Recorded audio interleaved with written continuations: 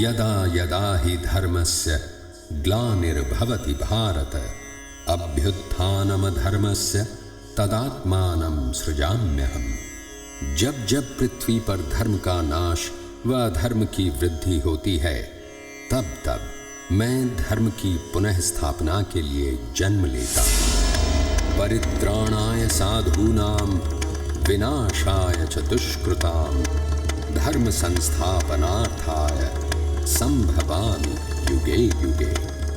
सज्जनों का उद्धार करने व दुर्जनों के विनाश तथा पृथ्वी पर धर्म की स्थापना के लिए मैं युगों युगों में जन्म लेता हूँ। संभवामि युगे युगे।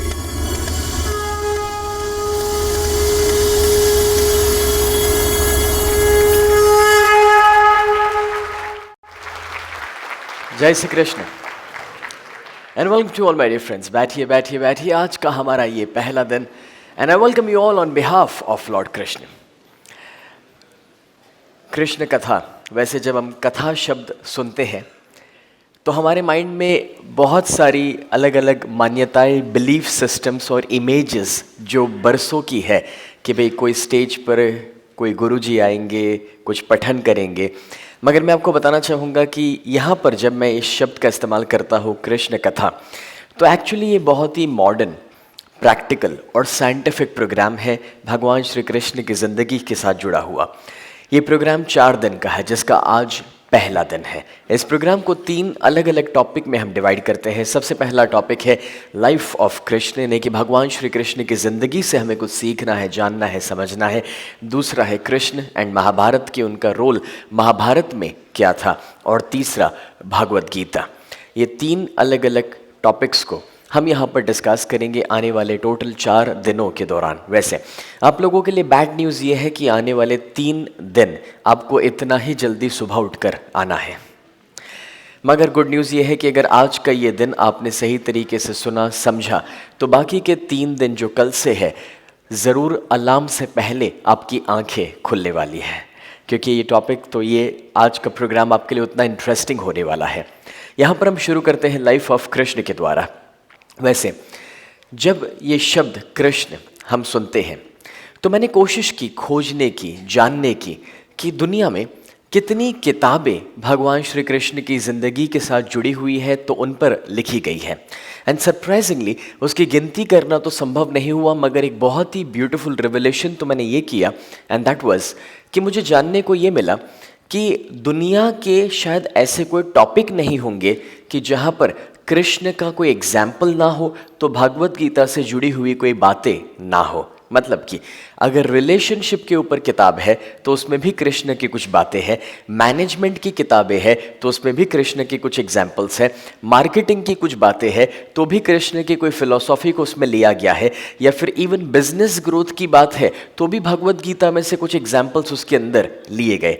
तो मुझे जानने को मिला that Krishna is a very versatile character. मतलब कि मुझे जानने को मिला कि उन्होंने जो ज़िंदगी जी, तो जो नॉलेज उस समय दिया, वो इतना रेंज में था कि जो इंसान की ज़िंदगी के इतने सारे सब्जेक्ट्स को कवर कर सकता है। और उससे भी बढ़कर मुझे ये जानने को मिला था, एंड दैट वाज कि यूएस की जो टॉप 10 मैनेजमेंट यूनिवर्सिटीज़ है, उसमें से ऐसी 4 से भी ज़्यादा यूनिवर्सिटीज़ है कि जो कहीं ना कहीं कृष्ण पर रिसर्च कर रहे हैं या रिसर्च कर चुके हैं, और वो अपने स्टूडेंट्स को मैनेजमेंट सिखा रहे हैं कृष्ण की ज़िंदगी में से। तो आप समझ सकते हैं दोस्तों कि हमारे लिए कितनी बड़ी बात हो जाती है।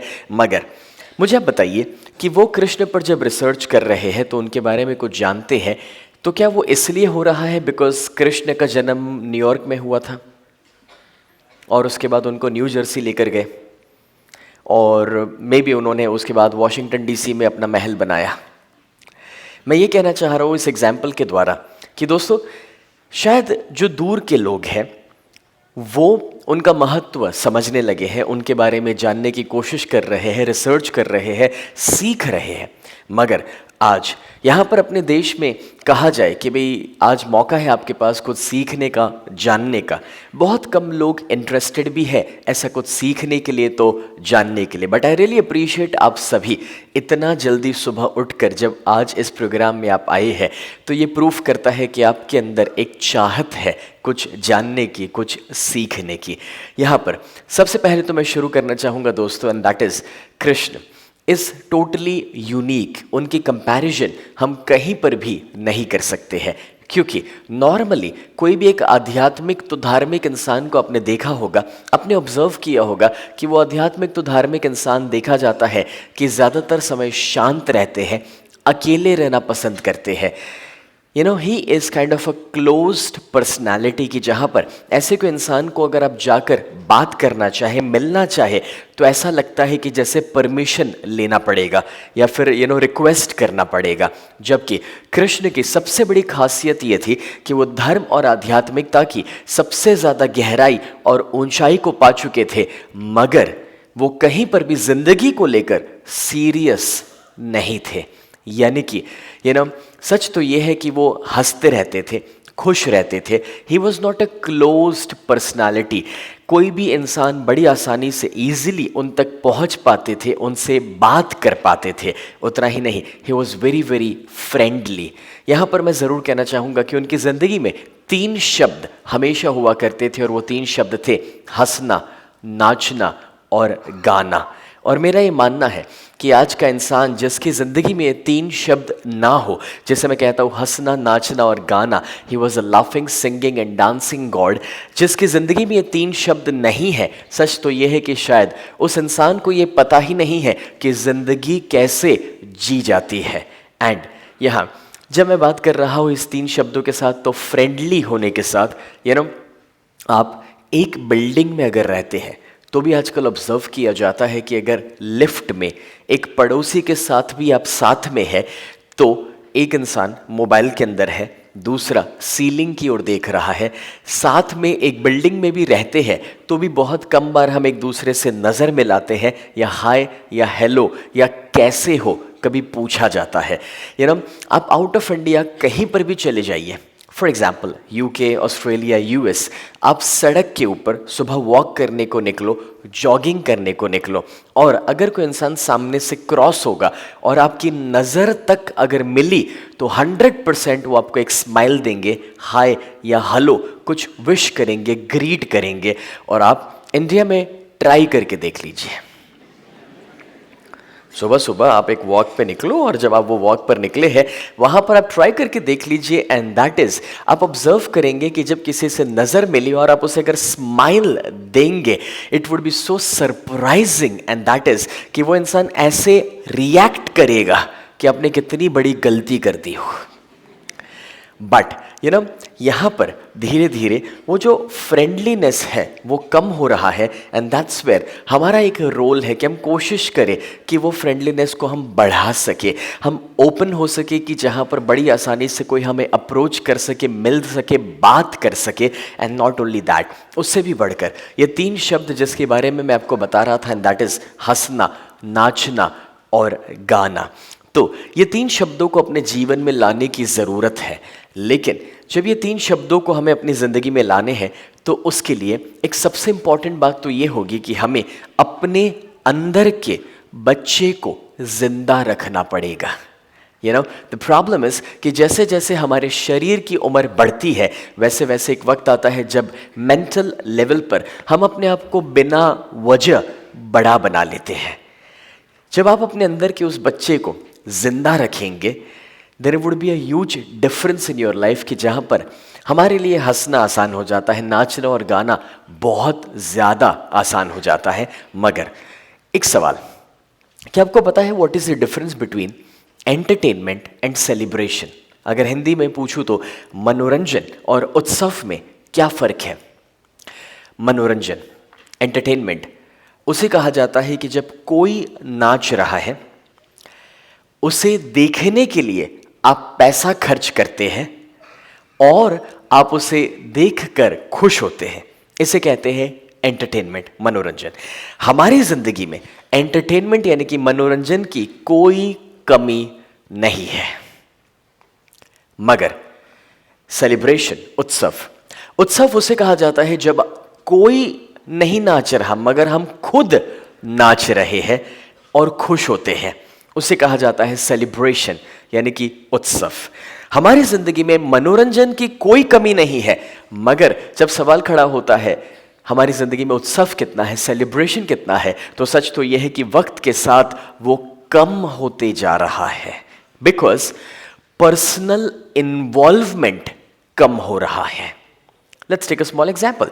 एक समय हुआ करता था जब किसी की बर्थडे पर हम स्पेशली उन्हें मिलने को जाया करते थे, या फिर ये कहूँ कि अगर हमारा बर्थडे है तो फॉर श्योर हम अपने कोई घर के बड़े, कोई टीचर, कोई गुरु को मिलने जाएंगे, उनके आशीर्वाद लेंगे। और आज ज़्यादातर समय देखा जाता है कि अगर हम किसी को विश कर रहे हैं तो भी व्हाट्सएप में कॉपी पेस्ट मैसेज भेज देते हैं।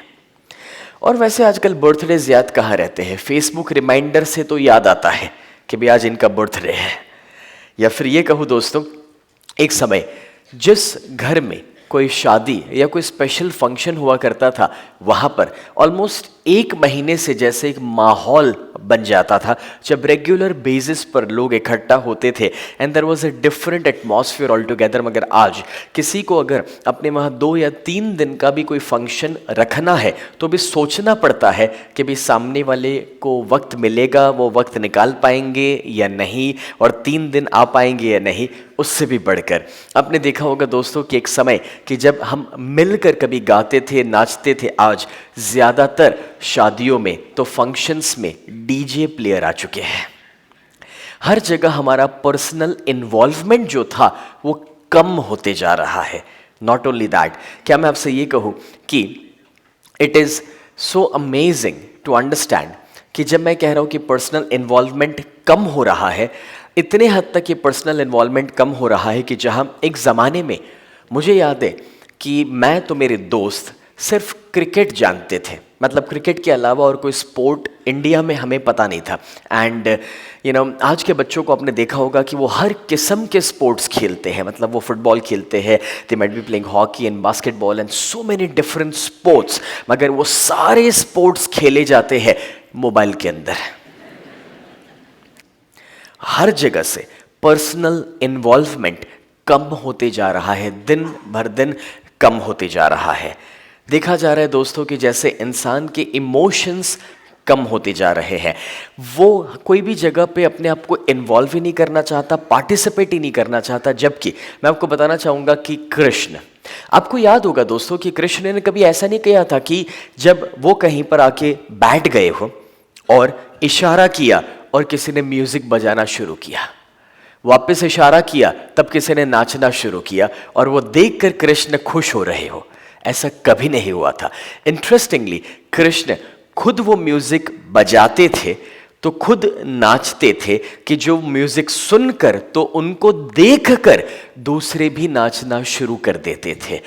देयर वॉज पर्सनल इन्वॉल्वमेंट, वो पार्टिसिपेट करते थे। एंड दैट्स वेयर आज हमारी जिंदगी से जब पार्टिसिपेशन कम होते जा रहा है तो जो हैप्पीनेस का एक्सपीरियंस मिलना चाहिए वो भी कम होते जा रहा है, और उस हैप्पीनेस को, उस खुशी को हम लंबे टाइम तक रख नहीं पाते, बिकॉज उसमें जब हम इन्वॉल्व ही नहीं हुए हैं तो उस एक्सपीरियंस को कैसे अपने साथ रख भी पाएंगे। एंड दैट्स वेयर ये बहुत ज़रूरी है कि अपनी ज़िंदगी में अब मनोरंजन को छोड़कर उत्सव को अपनाया जाए। बोल श्री कृष्ण कन्हैया लाल की जय। वैसे यहाँ पर भी आपने देखा इन्वॉल्वमेंट कितना कम था। बोले बाजू वाला बोलेगा, मुझे क्या बोलने की आवश्यकता है। चलो एक और बार कोशिश करके देखते हैं। बोल श्री कृष्ण कन्हैया लाल की जय। तो दोस्तों हम समझ सकते हैं कि जैसे जैसे आप पर्सनल इन्वॉल्वमेंट बढ़ाएंगे, एक्सपीरियंसेस बढ़ेंगे। इस दुनिया में हम आए हैं एक्सपीरियंस करने के लिए। एक बच्चे के माफिक हम सभी अनुभव को करने के लिए तैयार थे, बट समहाव जैसे जैसे उम्र बढ़ता है हम अनुभवों से दूर भागते हैं, पता नहीं क्यों। Let me give you small example. जैसे एक छोटा सा बच्चा, काफ़ी बार मैंने देखा है कि जब पेरेंट्स अपने बच्चे को मेरे पास लेकर आते हैं ये कहते हुए कि सर आप इसे कुछ समझाओ, जितनी बार ये होता है, हर बार वो पेरेंट्स से मुझे पूछना पड़ता है कि पहले मुझे तो समझाओ कि उसको समझाना क्या है। अब वहां पर वो लोग कहते हैं कि सर ये बहुत शैतान है, हर दिन नई मस्ती करता है, हर दिन नई शिकायत लेकर आता है, हर दिन नए प्रॉब्लम्स क्रिएट करता है। और तब मुझे वो पेरेंट्स को कहना पड़ता है कि आपका बच्चा बिल्कुल ठीक है, उसे वापस लेकर जाइए। जिस दिन वो नई शैतानी ना करे, जिस दिन वो नया प्रॉब्लम लेकर ना आए, तब उसे जरूर मेरे पास लेकर आना, तब उसके अंदर कुछ तो प्रॉब्लम होगा। आप मुझे एक बात बताओ, हर दिन नई शैतानी करना तो नया प्रॉब्लम क्रिएट करना आसान है? नहीं। उसके लिए कितनी नई सोच चाहिए, कितने नए विचार चाहिए, तो कितनी क्रिएटिविटी चाहिए, कभी आपने सोचा? द फैक्ट इज कि हर दिन नए प्रॉब्लम्स क्रिएट करने के लिए बच्चा जो अपने अंदर से हर दिन नई क्रिएटिविटी ला रहा है, यारो, जब हम उसकी क्रिएटिविटी को, उसकी सोच को जब दबा देंगे ये कहते हुए कि रहने दो, मत करो, ये अच्छा नहीं है, वो मत करो, ऐसा मत करो, धीरे धीरे एक वक्त आएगा कि जब उसकी जो सोच थी, उसके अंदर की जो क्रिएटिविटी थी, जब वो दबने लगेगी, वो 24 साल के बाद आपके सामने खड़ा होगा पोस्ट ग्रेजुएशन खत्म करके ये कहते हो कि मम्मी पापा अब मैं क्या करूं, और तब आप कहेंगे इतना बड़ा हो चुका है, खुद तो कुछ सोच। लेकिन वो नहीं सोच सकता ना, क्योंकि जब खुद सोच रहा था तब तो उसकी सोच को हमने दबा दिया, हमने ब्लॉक कर दिया, ये कहते हुए कि ये नहीं कर सकते, वो नहीं कर सकते, ऐसा मत करो, वैसा मत करो। लेकिन अब जब आप चाहते हैं कि वो नया सोचे, वो कहां से लाएगा उस क्रिएटिविटी को? इस वजह से मैं कह रहा था दोस्तों कि आप देखिए कि कृष्ण भी जब बालक थे, बच्चे थे, शायद आपको पता होगा कि वो हर दिन नए नए तरीके से माखन चुराते थे। इफ यू रिमेंबर, जिस घर से उन्होंने माखन चुराया, वो माँ गोकुल में रहने वाले अपने पड़ोसियों को, तो आसपास के लोगों को बता देते थे कि किस तरह से कहना हमारे घर आया और माखन चुराया। अब दूसरे घर वाले ध्यान रखते थे कि उस तरीके से कृष्ण उनके घर आकर माखन ना चुराए, मगर उन लोगों को यह मालूम नहीं था कि कृष्ण के पास हर दिन नए तरीके थे माखन चुराने के लिए। ये जो क्रिएटिविटी उनके अंदर थी, आपको अपने बच्चे के अंदर भी उस क्रिएटिविटी को रखना है। अगर आप उसे दबा देंगे तो कैसे चलेगा? मैंने कितने घरों में देखा है, मैं जब उनके घर जाता हूँ, मुझे उनका घर दिखाते हैं, बढ़िया सा मंदिर दिखाएंगे जिसमें कृष्ण की मूर्ति रखी हुई है, वो हर दिन पूजा पाठ भी करते होंगे, और बाद में अंत में एक प्रॉब्लम देंगे, और वो प्रॉब्लम ये है कि सर हमारा बच्चा बहुत शैतान है। और तब मुझे उनको कहना पड़ता है, या तो आप कृष्ण में मानना बंद कर दो, और या तो ये शिकायत करना बंद कर दो।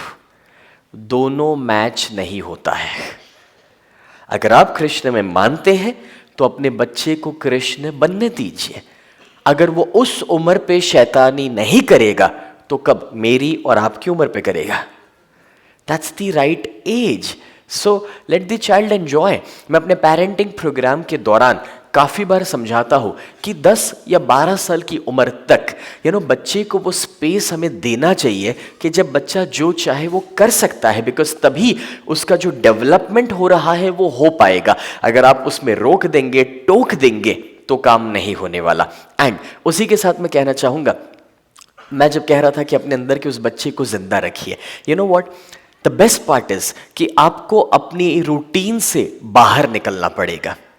आज हम सभी एक बॉक्स लाइफ जी रहे हैं। जब मैं शब्द का इस्तेमाल करता हूं बॉक्स लाइफ, तो ये क्या है? जैसे हम हर सुबह बेडरूम नामक एक बॉक्स में उठते हैं और बाथरूम नामक बॉक्स में चले जाते हैं। वहां से बाहर निकल के टिफिन बॉक्स लेकर गाड़ी नाम के बॉक्स में बैठकर ऑफिस कैबिन नाम के बॉक्स में चले जाते हैं और वहां एक बॉक्स के सामने काम करते हैं।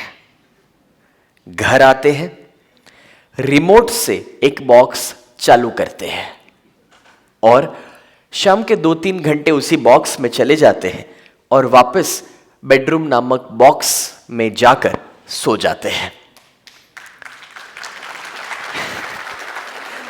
हम एक परफेक्ट बॉक्स लाइफ जी रहे हैं। एंड दैट्स वेयर मैं आपको बताना चाहूंगा कि ये बहुत जरूरी है कि हम उस बॉक्स लाइफ से बाहर निकले, अपने रूटीन से बाहर निकले।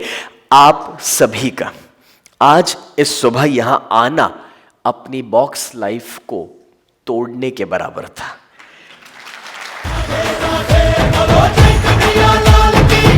और जब आप एक रूटीन को ब्रेक करके कुछ नया करते हैं, तभी जाकर वो होगा जो अभी तक नहीं हुआ है। क्योंकि सीधी बात है, जो अभी तक करते रहे हैं वही करते रहेंगे, तो वही होगा जो अभी तक हुआ था। और इस वजह से अगर आप लाइफ में कुछ नया एक्सपीरियंस, तो कुछ नए रिजल्ट चाहते हैं, तो आपको अपने रूटीन को तोड़ना पड़ेगा, अपनी बॉक्स लाइफ से बाहर निकलना पड़ेगा। और जिस तरीके से आज सुबह आप यहां आए हैं, आई वुड रिक्वेस्ट कि उसी तरीके से कोशिश करते रहिए कि जब भी लाइफ में कुछ नए एक्सपीरियंस करने के मौके हमारे पास है, तो बस उस एक्सपीरियंसेस की अपॉर्चुनिटी को पकड़ते रहिए कुछ इसी तरीके से। बोल श्री कृष्ण कन्हैया लाल की जय। तो दोस्तों, हम यहां पर बात कर रहे थे Krishna is unique, he is incomparable. उनकी तुलना आप किसी और के साथ कर नहीं सकते, बिकॉज इतिहास में ये 3 क्वालिटी जिसके बारे में अभी मैंने बताया, हंसना, नाचना और गाना, ये 3 क्वालिटी शायद कोई धार्मिक आध्यात्मिक इंसान में नहीं पाई गई थी, जो कृष्ण के अंदर पाई गई। और जब इस 3 क्वालिटीज को हम अपनी जिंदगी में लेकर आते हैं, हम भी अपनी जिंदगी बेहतरीन तरीके से एंजॉय कर सकते हैं। बिकॉज सरप्राइजिंगली कोई पैसा हमें सुख नहीं दे सकता है। मैं आपको बताना चाहूंगा दोस्तों कि हमें ऐसा लगता है कि पैसा कमाने से हमें सुख मिलेगा, सफलता से हमें सुख मिलेगा, अच्छे रिश्ते तो तंदुरुस्ती से हमें सुख मिलेगा। मगर हम बहुत बड़ी गलत फहमी में है, क्योंकि खुश रहने से ज्यादा पैसा मिलता है, सफलता मिलती है, अच्छे रिश्ते और तंदुरुस्ती मिलती है। जो लोग ये सोचते हैं कि अगर मैं ये सब पा लूंगा और मैं खुश हो जाऊंगा, तो शायद आप सही नहीं सोच रहे। जब आप खुश रहते हैं तो आप अच्छा काम करेंगे तो ऑटोमेटिकली आप 2 पैसा ज्यादा कमाएंगे। जब आप खुश रहेंगे तो आप सही डिसीजन लेंगे तो ज्यादा सफलताएं मिलेगी। जब आप खुश रहेंगे तो लोगों के साथ अच्छा व्यवहार करेंगे, आपके रिश्ते बेहतर होंगे। जब आप खुश रहेंगे तो आप टेंशन से दूर रहेंगे, ऑटोमेटिकली आपकी सेहत, आपकी तंदुरुस्ती बेहतर होगी। और इस वजह से वो सारी चीजों से खुशियां नहीं मिलती हैं, मगर खुश रहने से वो सब कुछ आप पा सकते थे जिसकी खोज में मैं और आप हैं। और इस वजह से खुश रहना हमें सीखना पड़ेगा। We have to choose to be happy. Now when I am saying this guys, मैंने अभी एक बुक लिखा कि जो वर्ल्ड वाइड लॉन्च हुआ, आप उसे अमेजॉन के द्वारा खरीद सकते हैं, जिस बुक का नाम है लाइफ इज सिंपल। जिंदगी आसान है, जिंदगी सिंपल है। इस बुक को जब लोग पढ़ रहे हैं तो वो रियलाइज कर रहे हैं कि जिंदगी में कुछ ऐसे ही सिंपल फॉर्मूलाज है कि अगर जिसको समझ लिया तो हम खुश रह सकते हैं। उसके लिए कोई हार्ड वर्क की आवश्यकता नहीं, तो कोई एक्स्ट्रा एफर्ट्स डालने की जरूरत नहीं है। समवेयर शायद कुछ एक्स्ट्रा एफर्ट तो हार्ड वर्क के द्वारा जो खुशी हमारी जिंदगी में एक्चुअली अवेलेबल है, हम उसे ज्यादा और ज्यादा खोते जा रहे हैं, मिस करते जा रहे हैं। बट इस पर जब आप वो बुक पढ़ेंगे तो आप ऑटोमेटिकली समझ पाएंगे मैं क्या कह रहा था। मगर अभी के लिए दोस्तों मैं आपको बताना चाहूंगा, एंड दैट इज, ये शब्द जब आप सुनते हैं कृष्ण शब्द का मीनिंग क्या होता है। ये नाम पड़ा था संस्कृत शब्द कर्स के ऊपर से, और उसका मीनिंग होता है आकर्षण, किसी को अपने प्रति आकर्षित करना। उसके ऊपर से एक शब्द पड़ा था कृष्ण। कृष्ण के लिए कहना चाहूंगा दोस्तों, he has irresistible, irreversible attraction. मतलब कि एक बार जो उनके साथ कोई जुड़ा, उनके प्रति आकर्षित हुआ, उसके प्रति वो जिंदगी में भी कभी वो उन्हें भूल नहीं पाए हैं। उसके बाद वो शायद उनसे कभी अलग नहीं हो पाए हैं। He has a all together different level of attraction. And उसी के साथ आपने देखा होगा दोस्तों, भगवान कृष्ण का जो रंग था, जब हम कहते हैं वो श्याम रंग थे, तो आपने काफ़ी सारे फोटोग्राफ्स तो मूर्तियों में उनको इसी तरह से ब्लू कलर का देखा है। अब ये जो नीले रंग का कलर जो प्रेजेंट किया गया, उसके पीछे भी एक मैसेज था, एंड दैट वाज, दोस्तों, कृष्ण को वो ब्लूइश कलर में इसलिए काफ़ी जगहों पर प्रेजेंट किया गया है क्योंकि वो नीला रंग जो है, वैसे तो नीला रंग आपने देखा होगा कि आसमान का हमें दिखता है, मगर एक्चुअली आसमान का कोई कलर नहीं है। हमें नीला इसलिए नजर आता है बिकॉज ऑफ द इन्फिनिटी, अनंतता। तो बस कुछ उसी तरीके से कृष्ण आसमान की तरह अनंत है, और आसमान का रिफ्लेक्शन जो सागर पर पड़ता है, उस वजह से पानी, जिसका वैसे कोई रंग नहीं होता मगर वो हमें नीला नजर आता है, तो वो सागर की तरह गहरे है। और ये दो मैसेजेस उनके वो नीले रंग के साथ जुड़े हुए हैं। वैसे आपने देखा होगा कि कृष्ण के पास हमेशा एक बांसुरी हुआ करती थी, और वो बांसुरी जब भी उनको वक्त मिलता था, जब वो बांसुरी बजाते, मैं आपको कहना चाहूँगा, हम सभी अपनी अपनी ज़िंदगी में भी ये जाने समझे कि हमारी लाइफ का पैशन क्या है, हमारी हॉबीज़ क्या है, हमारे शौक़ क्या है, और उसके लिए हमें वक्त निकालना चाहिए।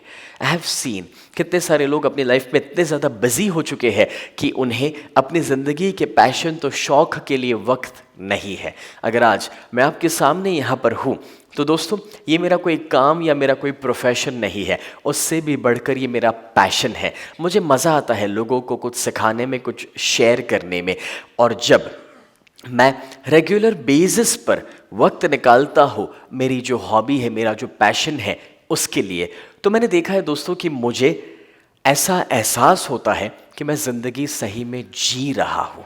ज़्यादातर लोग ज़िंदगी काटते हैं, बिताते हैं, बिकॉज समवेयर पूरे हफ्ते के अंत पर जब एक संडे मिलता है, तब वक्त है कि हम अपने वो शौक़, तो हॉबीज़ के लिए वक्त निकालें। मगर आजकल हमारा सबसे बड़ा शौक़ क्या है? TV, WhatsApp, Facebook. कैसे भूल सकते हैं, फेसबुक तो आजकल सुपरस्टार है। मैं कहना चाहूँगा यहाँ पर कि आप देखिए कि एक समय जब हम कोई फिजिकल एक्टिविटी में इन्वॉल्व होते थे, और आज वो फिजिकल एक्टिविटीज़ को छोड़कर ये गैजेट्स के अंदर या टेक्नोलॉजी में जब बिजी हो चुके हैं, तो उस वजह से एक्चुअली जो हमारी हॉबीज़ और शौक़ थे, जब उससे हम दूर आ रहे हैं, इस वजह से आप खुद एक्सपीरियंस करेंगे कि समवेयर टेक्नोलॉजी बनी थी अपनी ज़िंदगी को आसान करने के लिए, टेक्नोलॉजी बनी थी अपना वक्त बचाने के लिए, बट सरप्राइजिंगली वही टेक्नोलॉजी आज सबसे ज़्यादा अपना वक्त बर्बाद कर रही है। एंड दैट्स वेयर मुझे ऐसा लगता है कि दोस्तों, अगर आज के ज़माने में कभी हम ये कहें कि भाई मैं उपवास कर रहा हूँ, तो आज के ज़माने का नया डेफिनेशन उपवास का ये ज़रूर होना चाहिए कि हम एक ऐसा दिन निकालें कि जब हमारे पास मोबाइल ना हो, टीवी ना हो, न्यूज़पेपर ना हो, और ना इंटरनेट कनेक्शन हो। एंड तब जाकर सही उपवास हो पाएगा, बिकॉज उपवास अब सिर्फ फिजिकल बॉडी के साथ जुड़ा हुआ नहीं है, खाने के साथ, इसको भी उपवास देने की ज़रूरत है। ये इतना ज़्यादा काम कर रहा है और ओवर स्ट्रेस में है, एंग्जाइटी का लेवल इतना ज़्यादा रहता है कि जहाँ पर वो टेक्नोलॉजी से भी हमें थोड़ा सा बाहर निकलने की ज़रूरत है। बट हम यहाँ पर बात कर रहे थे दोस्तों कृष्ण की बांसुरी को लेकर, और उस रेफरेंस में मैं आपको बता रहा था कि वक्त निकालिए अपनी लाइफ के पैशन को लेकर। जैसे हर दिन आज भी मैं वक्त निकालता हूँ कि जब मैं रेगुलर एक्सरसाइज कर सकूँ, हर दिन मैं वक्त निकालता हूँ जब मैं मेडिटेशन कर सकूँ, हर दिन मैं वक्त निकालता हूँ जब कुछ अच्छा पढ़ सकूँ, तो कुछ अच्छा जान सकूँ अपनी ज़िंदगी के लिए। सो एवरी डे आप भी वक्त निकालिए कि जब आप कुछ नया सीख सके, जान सके, ये आपकी लाइफ के जो भी पैशन है उसके लिए वक्त निकालें। मगर उसी के साथ बांसुरी जो है वो कभी भी सीधी नहीं हो सकती है, स्मूथ नहीं हो सकती, मतलब कि बांसुरी में काफ़ी सारे होल्स होते हैं, ठीक है। अब उसी तरीके से हमारी ज़िंदगी जो है वो कभी भी सीधी नहीं हो सकती, स्मूथ नहीं हो सकती। ज़िंदगी में भी काफ़ी सारे उतार चढ़ाव चलते रहते हैं। आपने देखा होगा कभी हम सफल होते हैं, कभी हम हार जाते हैं, कभी कुछ अच्छा होता है, कभी कुछ बुरा होता है, कभी सुख तो कभी दुख। जिंदगी में वो उतार चढ़ाव चलते रहते हैं। मगर जो इंसान वो बांसुरी के वो होल्स जो है, वो खड्डे जो है, उसका सही इस्तेमाल करना जानता है, वो उस बांसुरी में से एक सुंदर म्यूजिक बजा सकता है। बस कुछ उसी तरीके से जिंदगी के भी इस उतार चढ़ाव में जो सही तरीके से जीना जानता है, वो जीवन से भी एक जीवन संगीत बजा सकता है।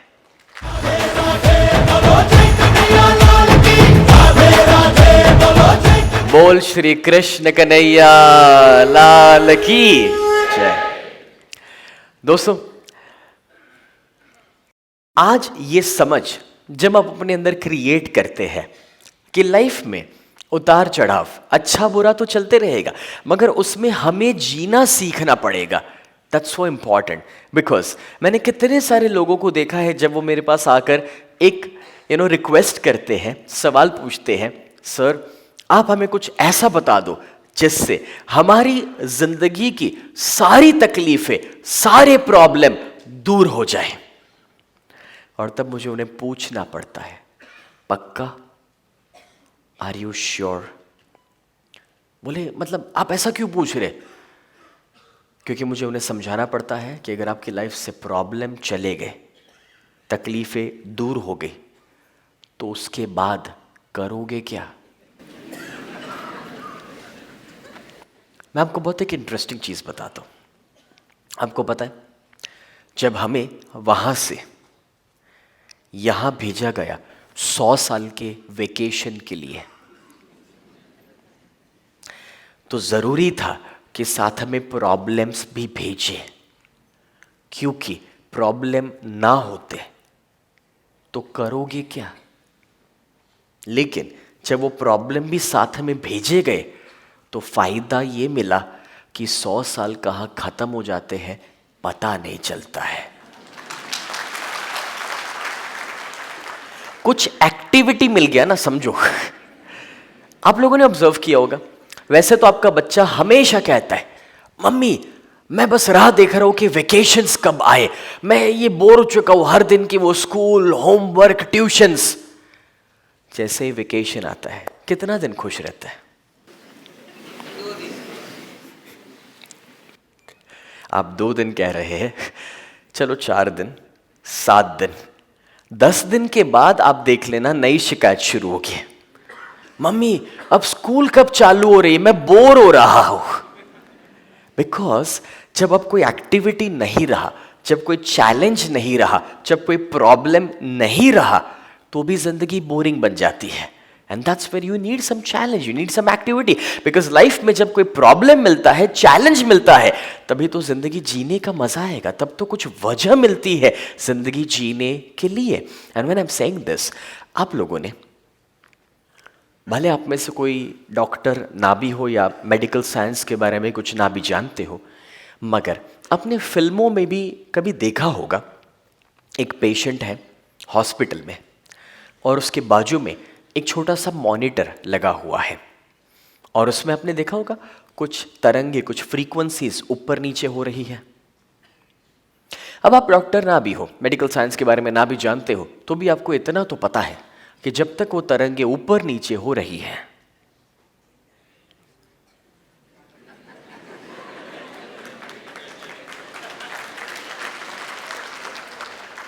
तब तक वो जिंदा है, और जब वो सीधी लाइन बन जाती है, तब उसका टिकट कट चुका है। उसी तरीके से जब तक हमारी जिंदगी में उतार चढ़ाव, अच्छा बुरा चल रहा है, तब तक हम भी जिंदा हैं। जिस दिन वो सीधी लाइन बन जाएगी, इसलिए कहा जाता है हर एक इंसान अपनी उलझन में उलझा हुआ है, हर एक इंसान अपनी उलझन में उलझा हुआ है, और जो अपनी उलझन में उलझा हुआ नहीं है, वो तो कब्र में सोया हुआ है।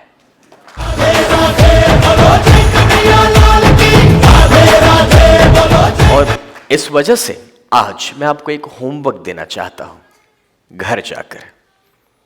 न्यूज़पेपर तो आपके वहां आता होगा। न्यूज़पेपर आज देखना है और उसमें चेक करना है कि आपका कोई फोटोग्राफ छपा है या नहीं। आपने देखा होगा ना, वो नोट्स आती है, जो जा चुके हैं उनके फोटोग्राफ्स आते हैं। अब अगर आज न्यूज़पेपर में आपको आपका फोटोग्राफ मिल जाए, कॉन्ग्रेचुलेशंस, आपकी लाइफ के सभी प्रॉब्लम्स सॉल्व हो चुके हैं। मगर अगर वो फोटोग्राफ आज ना छपा हो तो अपने आप को एहसास करवाइए कि भी मैं जिंदा हूं, and if I am alive, तो सुख दुख, अच्छा बुरा, प्रॉब्लम्स, तकलीफें is part and parcel of life. उसके लिए डिस्टर्ब होने की जरूरत नहीं और उसके लिए किसी को शिकायत करने की भी आवश्यकता नहीं है। ऑलराइट, एंड दैट्स वेयर एक इंसान एक ककून को देख रहा था। ककून एक ऐसी चीज़ है जिसमें से एक बटरफ्लाई, तितली बनती है। तो उसके अंदर थोड़ा सा मूवमेंट हुआ, हल्का सा वो खोला तो उसके अंदर बहुत ज़्यादा एक्साइटमेंट आ गया कि वाह, अब वो तितली बाहर निकलेगी, उसका जन्म होगा। उसे वो देखने के लिए बैठ गया। 15-20 मिनट हो गया, कोई मूवमेंट उसके बाद नहीं हुआ। आधा घंटा चले गया। उसे लगा कि चलो मैं उसकी मदद कर दूं, और उसने उस ककून को खोला। अब जब उसमें से वो तितली को जगह मिली, वो बाहर निकली, वो इस आशा में था इंसान कि बस अब वो अपने पंख खोलेगी और उड़ेगी। बट सरप्राइजिंगली जब उसने अपने पंख खोले तो उसके पंख थोड़े से टूटे हुए थे, विदर्ड थे। एंड वहाँ वो जब तितली ने उड़ने की कोशिश की, उड़ नहीं पाई, सिर्फ रेंगते रहे। उसे समझ नहीं पड़ा कि क्या हो गया। उसने इंटरनेट पे थोड़ा सा सर्च किया और उसे जानने को मिला कि जब वो तितली उस ककून के अंदर होती है और जब वो उसे खोलने की कोशिश करती है, तब उसके बॉडी में एक किस्म का लिक्विड, एक प्रवाही फ्लो करता है जो धीरे धीरे उसके पंख को डेवलप करवाता है। और जब उसके पूरे पंख डेवलप हो जाते हैं तभी उसके अंदर इतनी शक्ति आती है कि वो ककून को अपने दम पर खोलकर बाहर निकल पाती है। एंड दैट्स वेयर उसे समझ पड़ा कि वो कुदरत का, नेचर का तरीका था उसे स्ट्रगल देकर, तकलीफ देकर आने वाले समय के लिए, आने वाली जिंदगी के लिए बेहतर बनाना, तो तैयार करना। तो बस कुछ उसी तरीके से हमारी जिंदगी की हर एक तकलीफें, हर एक चैलेंजेस और प्रॉब्लम्स सिर्फ हमें आने वाली जिंदगी को बेहतर करने के लिए तैयार करते हैं। एंड दैट्स वेयर आज से कभी भी अपने भगवान से यह प्रार्थना ना कीजिएगा कि हे भगवान मेरी सारी तकलीफें दूर कर दे। अगर प्रार्थना करनी है तो यह कीजिए कि हे भगवान तो मुझ में इतना विश्वास और शक्ति भर दे कि मैं हर एक तकलीफों का सामना कर सकता हूं। बोल श्री कृष्ण कन्हैया लाल की जय। तो दोस्तों, यहां पर इस बात का एहसास बहुत ज़रूरी है कि हमारी ज़िंदगी में तकलीफ़ें या प्रॉब्लम्स आते रहेंगे, बट जब उसके प्रति का हमारा नज़रिया बदल जाता है ऑटोमेटिकली बहुत कुछ बदल जाता है। एंड कृष्ण, मेरे लिए कृष्ण इज अ कॉन्शियसनेस, मतलब कि लोग कृष्ण को भगवान के रूप में देखते हैं। आज मैं आपको एक नया नज़रिया देना चाहता हूं। जब हम एक शब्द का इस्तेमाल करते हैं भगवान, तब हम उन्हें इंसान के रूप में देखते हैं। जब हम उन्हें इंसान के रूप में देखते हैं तब हम ये मानते हैं कि जहां पर वो फोटोग्राफ और मूर्ति रखी गई है, भगवान सिर्फ वहीं पर है और बाकी कहीं पर भी नहीं है। इसे लेकर चलो इंसानों का ही एक कंफ्यूजन शेयर करता हूं। एक इंसान सिगरेट पीते हुए मंदिर की ओर जा रहा है, मंदिर के बाहर सिगरेट फेंक दिया और अब मंदिर के अंदर गया। अंदर जाकर उसने जो भी पूजा पाठ या रीति रिवाज था किया और उसके बाद जब बाहर निकला आदत से वापस सिगरेट लिया। अब एक सवाल, उसने मंदिर के अंदर सिगरेट क्यों नहीं पिया? सिंपल जवाब तो यह है क्योंकि बोले मंदिर में हमारे भगवान रहते हैं, तो उनके सामने हम कैसे सिगरेट ले सकते हैं। मतलब ये हुआ, मंदिर नामक 4 दीवालों के अंदर भगवान रहते हैं, बाहर कहीं पर भी भगवान नहीं है। ये सच है ना?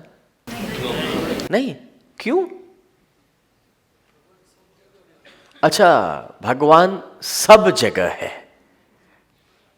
अगर ये सच है तो अगर आप मंदिर के अंदर सिगरेट नहीं ले सकते हैं तो मंदिर के बाहर क्यों ले सकते हैं? मैंने नहीं कहा, आप कह रहे भगवान सब जगह है। अब समझ आ रहा है? अपने ही नियमों को ध्यान में रखते हुए आप खुद कितना कंफ्यूज्ड है। मैं तो बस इतना कह रहा हूं, अगर आप मंदिर के अंदर सिगरेट नहीं ले सकते तो बाहर भी नहीं ले सकते। और अगर आपको यह लगता है कि आप बाहर सिगरेट ले सकते हैं तो मैं बस इतना कह रहा हूं, मंदिर में भी सिगरेट लो। ट्राई तो करके देखो, कोई दिन अपने आप छूट जाएगी। लोग छुड़वा देंगे। सर्फ एक्सेल डाल के धो डालेंगे। अब यारो, हम यही तो नहीं समझ पाते हैं कि दोस्तों अगर भगवान हर जगह है और ये सच है, फिर हम जो जिंदगी जी रहे हैं किस तरह से जी रहे हैं, हमारे रूल्स रेगुलेशंस एथिक्स और वैल्यूज क्या है। चलिए एक और अलग तरीके से समझाता हूं और बेहतर समझ आएगा। एक दिन आपके दरवाजे पे जब डोरबेल बजा, दरवाजा आपने खोला, सामने एक सूट बूट में इंसान खड़ा है। आपने पूछा, भाई कौन हो, क्या चाहिए? मैं कृष्ण।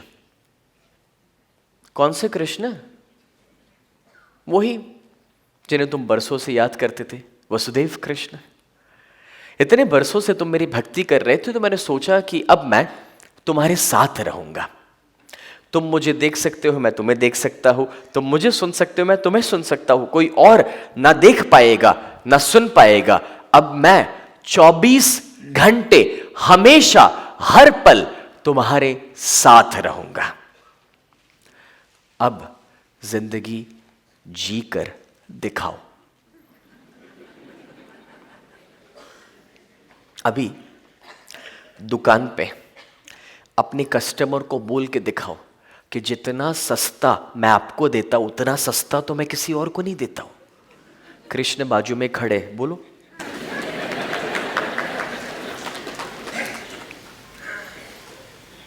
अपने कोई डीलर के साथ बात कर रहे हो फोन पे, तब बोल के दिखाओ कि यार जिस रेट पे आप मुझे दे रहे हो उसमें तो मुझे कुछ कमाने को ही नहीं मिलता है। जिस दिन घर पे लेट पहुंचो और बीवी पूछे क्यों लेट हुए, कृष्ण बाजू में खड़े, जवाब दो क्यों लेट हुए, जवाब दो। बस इसी वजह से हम अपने भगवान को मूर्तियों में और फोटोग्राफ के अंदर बंद करके रखना चाहते हैं, क्योंकि जिस दिन वो बाहर निकल आएंगे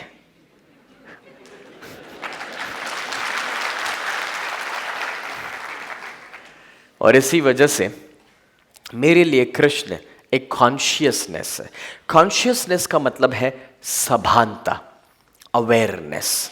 मैं ये कहना चाहता हूं दोस्तों कि आप उनकी सभानता के साथ, अवेयरनेस के साथ जिए, ना कि उनके फोटोग्राफ के साथ, ना कि उनकी मूर्ति के साथ।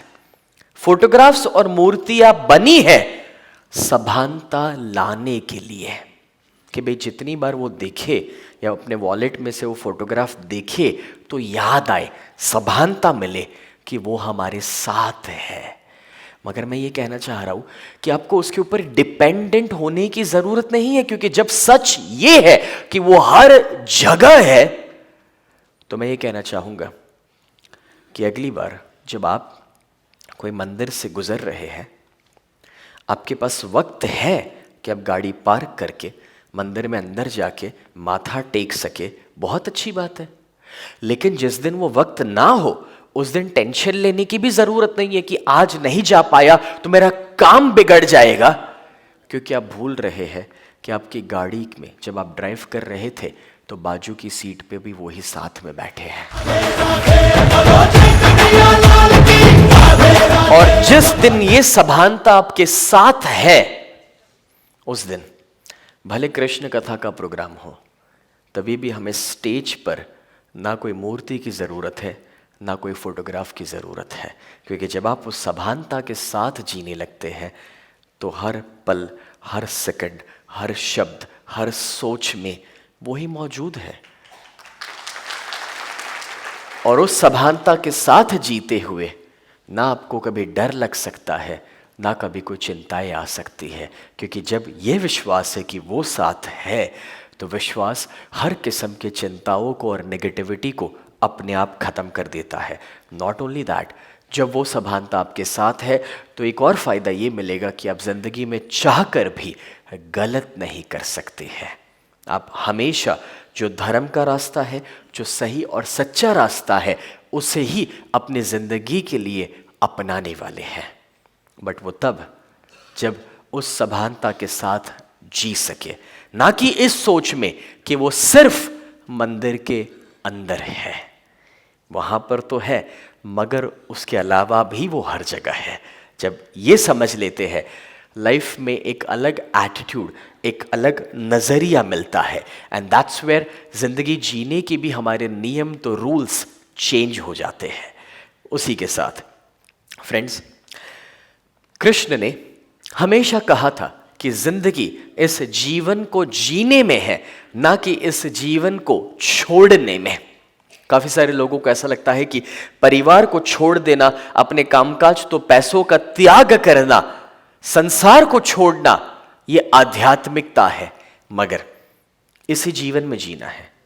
देखो यारो, एक बात समझ लो, अगर मैं सब छोड़ छाड़ के एक पेड़ के नीचे बैठ जाऊं और फिर कहूं शांत रहो, पॉजिटिव रहो, तो वो तो कोई भी कर सकता है। क्योंकि क्या होता है, वहां पर आप पानी मांगोगे आपको दूध मिलेगा, दूध मांगोगे खाना मिलेगा। वहां पर आपको ना गवर्नमेंट का टेंशन, ना बजट का प्रॉब्लम, क्योंकि टोटली टैक्स फ्री इनकम।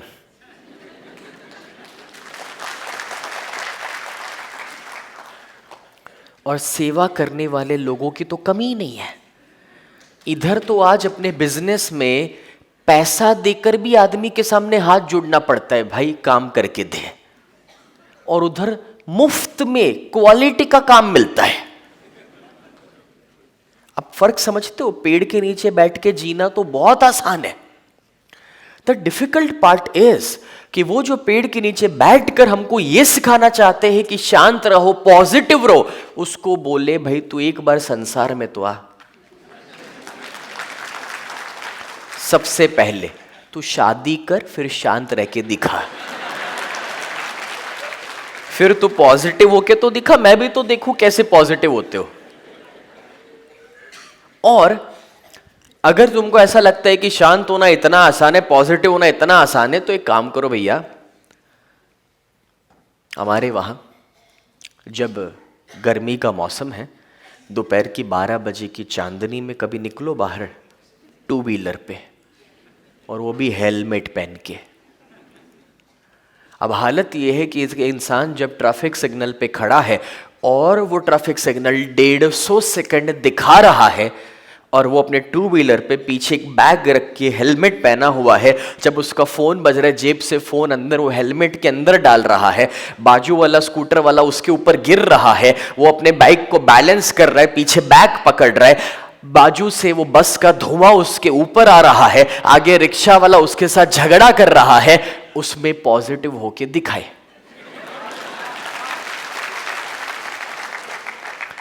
संसार को छोड़कर, अपनी जिम्मेदारियों को छोड़कर, परिवार को छोड़कर जीना, उसमें तो कोई भी शांत हो सकता है और कोई भी पॉजिटिव हो सकता है। द बिगर चैलेंजेस कि आप इस संसार में जीकर अपनी जिम्मेदारियों को निभाकर कितना पॉजिटिव रह पाते हैं, that's the very big challenge. और कृष्ण ने हमेशा यही कहा था कि संसार में जीना है, बस जीने के कुछ नियमों को बदलने की जरूरत है, मगर इसी संसार में जीना है। लाइफ इज इन लाइफ, सच्चा जीवन इस जीवन को जीने में है, ना कि इस जीवन का त्याग करने में।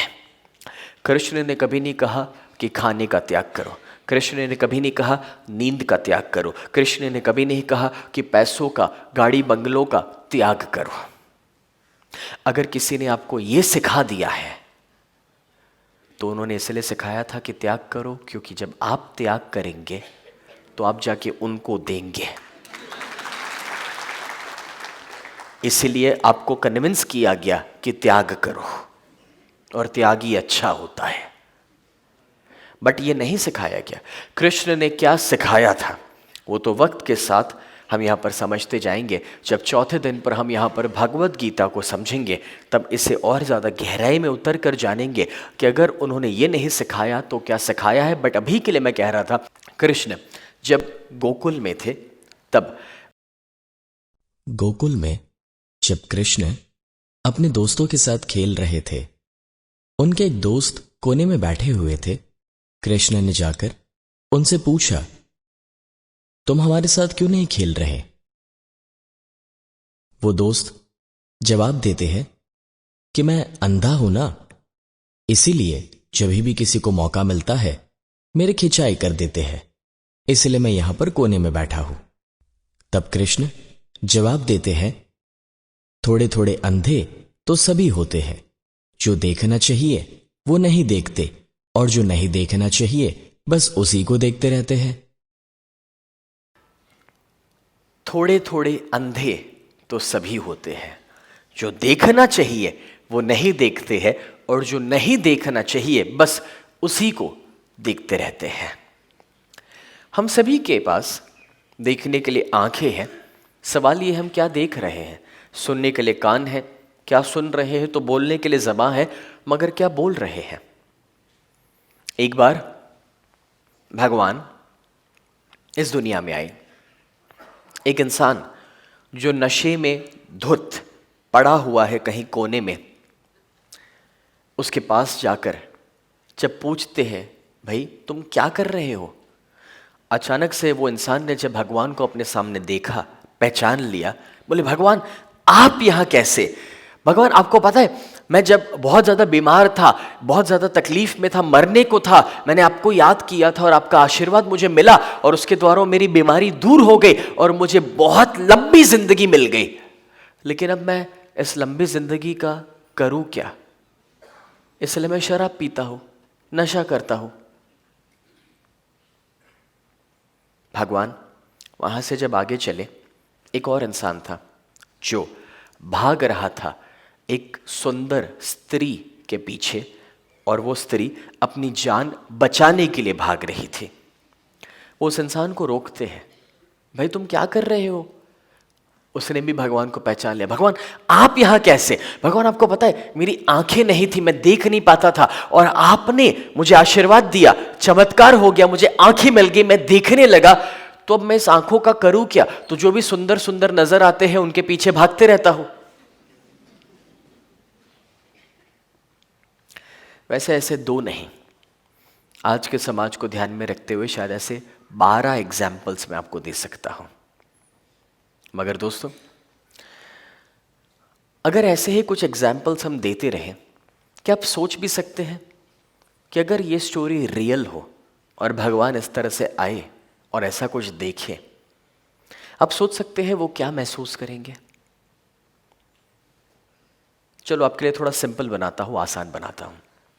आप अपने बच्चे के पीछे 20 साल मेहनत करते हैं, अपनी लाइफ को कॉम्प्रोमाइज़ कर लेते हैं, एक एक पैसा जुटाते हैं, उसे पढ़ाते हैं, लिखाते हैं, अपनी खुशियों को कुर्बान करके आप उसे काबिल बनाते हैं, और अचानक से एक दिन आपको देखने को मिले कि आपका बेटा कुछ दोस्तों के साथ मिलकर नशे में है, गलत आदतों में है।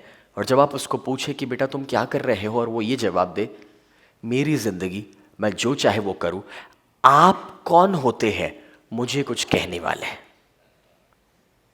हाउ डज दैट फील, कैसा महसूस होता है। प्रोबेबली उस समय अगर ये रियल सिचुएशन हो तो यू विल आउटबर्स्ट।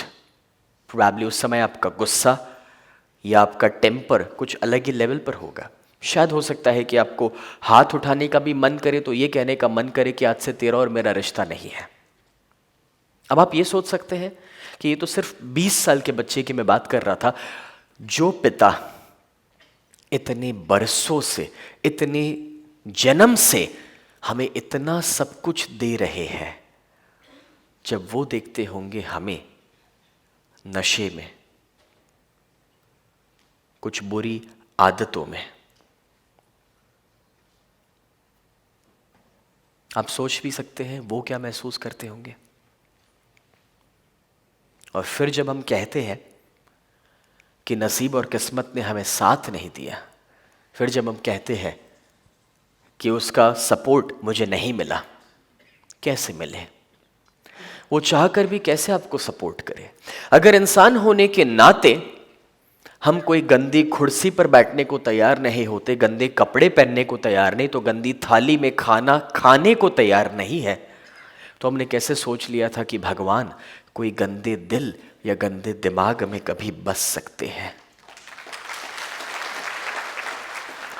और इसलिए कहा जाता है कि God helps those who helps themselves, यानी कि जब तक हम अपने अंदर बदलाव नहीं लाएंगे, अपने आप को नहीं सुधारेंगे, तो अपने आप के लिए कुछ नहीं करेंगे, तब तक वो हमारे लिए चाहकर भी कुछ नहीं कर सकते। बोल श्री कृष्ण कन्हैया लाल की। मजा नहीं आया। बोल श्री कृष्ण कन्हैया लाल की जय। आज ये एहसास, ये समझ कि हमें जिंदगी तो जीनी है, इसी संसार में रहना है, मगर उसका भी तो कोई तरीका होना चाहिए जीने का, कोई डिसिप्लिन होना चाहिए जीने का। आइए मैं आपको एक छोटा सा यहां पर एक और एग्जाम्पल देना चाहूंगा, एंड दैट इज कि जब भगवान का जन्म हुआ था, आपको पता है उनका जन्म जितना बुरा हुआ, शायद उतना बुरा जन्म किसी का भी नहीं हुआ होगा। शायद एक मजदूर के बेटे का जन्म भी इससे बेहतर होता होगा। एक जेल में, एक कारागृह में उनका जन्म हुआ था, और कितने बंधनों में जन्म हुआ, और उसके बाद जन्म के साथ उन्हें अपने माता पिता से तुरंत ही अलग कर दिया था। It is so surprising and that is कि आप देखिए, एक बच्चे को जन्म के साथ अपने मां के साथ रहना कितना जरूरी होता है, जबकि उनका एक जेल में जन्म हुआ, कारागृह में जन्म हुआ, तुरंत उनको उनकी मां से अलग कर दिया गया। मगर सरप्राइजिंगली वो दिन, आज का दिन, कृष्ण ने कभी इस बात को लेकर शिकायत नहीं की थी कि मेरा जन्म इतना बुरा क्यों हुआ, या मेरे साथ ऐसा क्यों हुआ, या मेरा जन्म का परिवार ऐसा क्यों था, जगह ऐसा क्यों था, वक्त वैसा क्यों था। यू नो, हम अपनी जिंदगी को लेकर कितनी जगहों पर यह शिकायत करते होंगे कि मेरा जन्म का तारीख बराबर नहीं है, जन्म का समय बराबर नहीं है, कुंडली बराबर नहीं है, मेरा जन्म ऐसे परिवार में क्यों हुआ, मुझे ऐसे मां बाप क्यों मिले। जो लोग जन्म की तारीख, समय, अपनी कुंडली से परेशान हैं, उनको कहना चाहूंगा कि आपको अपनी जन्म की तारीख और समय देखने की कोई जरूरत ही नहीं है। आपको अपनी जन्म की तारीख और समय देखने की कोई आवश्यकता नहीं है, क्योंकि अगर उन्होंने हमें बनाया है तो वो कोई बेकार या फालतू चीज कभी नहीं बना सकते हैं।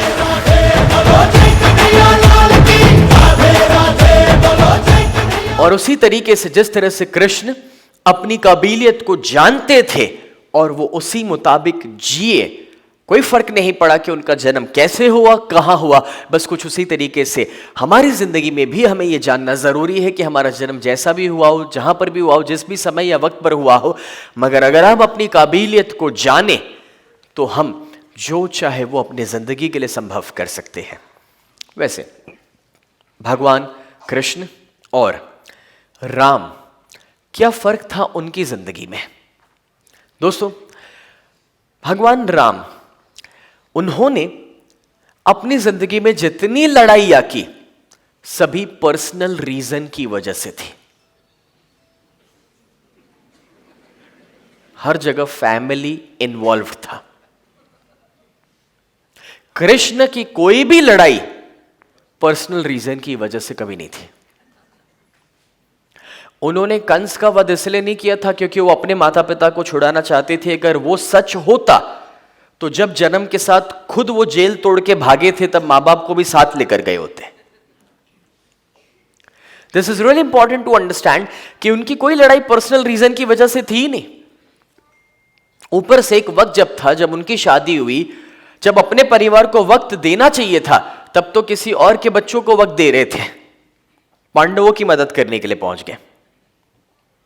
उसी तरीके से मैं आपको यहां पर यह बताना चाहता हूं कि आप मंडे टू सैटरडे भले अपने स्वार्थ के लिए मेहनत करो, मगर हफ्ते में एक दिन संडे, महीने में कोई 2 दिन, साल में कोई एक आध हफ्ता तो निकाल सकते हैं ना, कि जब हम यहां जो भी मेहनत करेंगे वो सिर्फ अपने लिए नहीं होगा, वो समाज के लिए हो सकता है, अपने आसपास के लोगों के लिए हो सकता है। अपनी सभी लड़ाइयों को सिर्फ अपने स्वार्थ के लिए ना रखा जाए। हम कोशिश कर सकते हैं दोस्तों कि हम उसमें किसी और को कुछ दे सकते हैं। आज मैं कोई टीचर नहीं हूं, मैं कोई समाज सेवक नहीं हूं, ना ही मैं कोई संत महात्मा हूं। आप ही की तरह आप में से काफ़ी सारे यहाँ पर सक्सेसफुल बिजनेसमैन होंगे, मैं भी एक बिजनेसमैन हूँ। मगर मेरे प्रोफेशन के साथ जब भी मुझे वक्त मिलता है, मैं रेगुलर बेसिस पर वक्त निकालता हूँ जब मैं लोगों के साथ कुछ शेयर कर सकूँ, लोगों को कुछ बता सकूँ, लोगों की कहीं कुछ हेल्प कर सकूँ। और मैंने अपनी लाइफ में जिस नॉलेज के द्वारा सक्सेस पाया, मैं कोशिश करता हूँ कि उसी नॉलेज को मैं लोगों तक पहुँचा सकूँ। अब इस काम में जब कहीं कहीं मैं वक्त निकालता हूँ लोगों के साथ कुछ शेयर करने के लिए, सच कहूँ, जब आप अपने काम में कुछ पाते हैं उससे आपको अचीवमेंट मिलेंगे, सक्सेस मिलेगा। मगर जब आप वो छोड़कर किसी के साथ कुछ बांटते हैं तो उससे आपको सैटिस्फैक्शन मिलता है, फुलफिलमेंट मिलता है। बहुत फर्क है जब हम 5 स्टार रेस्टोरेंट में जाकर खाना खाते हैं और जब सड़क पर कोई 5 गरीब को खाना खिलाते हैं। There is a huge difference in that. And that's where each and every one of us, हम कहीं ये कृष्ण के कंसेप्ट को अपनी लाइफ में ला सकते हैं जब हफ्ते में एक आध दिन, महीने में एक दिन या साल में कोई 10 दिन, चॉइस आपकी कि कितना वक्त आप निकालना चाहते हैं, बट हम वो वक्त निकाल सकते हैं और अपने आसपास के लोगों के लिए बहुत कुछ कर सकते हैं। वैसे भगवान राम, आप कभी भी उनको ऑब्जर्व करेंगे वो कैसे खड़े हैं, और कृष्ण को ऑब्जर्व करो। कृष्ण के फोटोग्राफ्स, मूर्तियों को कभी भी स्टडी करोगे आप पाओगे उनके पैर जो है ना ज्यादातर समय क्रॉस रहते हैं। आपके किचन में, रसोई घर में कोई हल्की फुल्की चीज उठानी हो, जैसे कि चपाती, रोटी, क्या चाहिए आपको? चिमटा, सीधा होता है, आसानी से उठा सकते हैं। अगर थोड़ी भारी चीज उठानी है, जैसे कोई बर्तन है, कोई वेसल है, तो क्या चाहिए? सांडसी या पक्कड़, कुछ ऐसा जो क्रॉस होता है, राइट? तो जब कोई सिंपल सा काम है तब राम भगवान है, मगर जब उंगली टेढ़ी करने की जरूरत है तब हमें कृष्ण की जरूरत है। क्योंकि दोस्तों, जब भगवान राम को कहा गया कि भाई घर से निकल जाओ, मर्यादा पुरुषोत्तम है वो अपने पिता का कहा टाल नहीं सकते। कृष्ण की खासियत ये थी, कोई उनसे कहे कि घर से निकल जाओ, वो सामने वाले को अपनी बातों में ऐसा घुमाएंगे, एंड रिजल्ट ये होगा कि वो सामने वाला जो था घर छोड़ के चले जाएगा।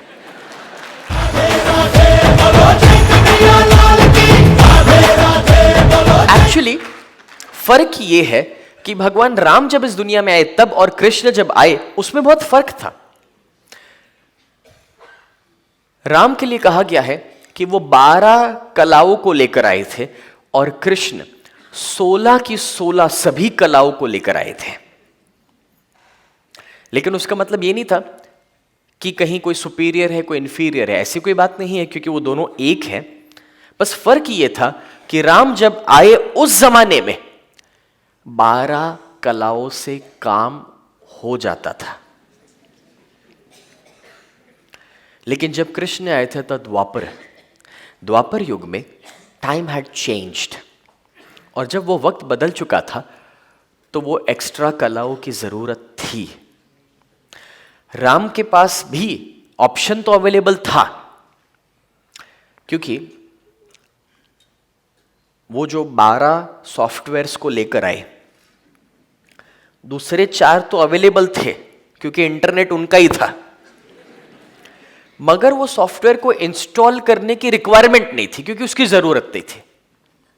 बट कृष्ण के टाइम पे जब वक्त बदल चुका था वो उस एक्स्ट्रा क्वालिटीज को लेकर आए थे क्योंकि वो जरूरी था। उसी तरीके से आज के जमाने में जहां पर हम जी रहे हैं, हमें और भी ज्यादा कलाओं की जरूरत है। आज प्रॉब्लम क्या है पता है? एक तरीके से आप सभी को नहीं समझा सकते। हमारे आसपास अगर 10 लोग हैं तो कैन यू बिलीव हमें 10 नए नए तरीके अपनाने पड़ते हैं, वो अलग अलग सोच अलग अलग दिमाग वाले लोगों को समझाने के लिए, कन्विंस करने के लिए।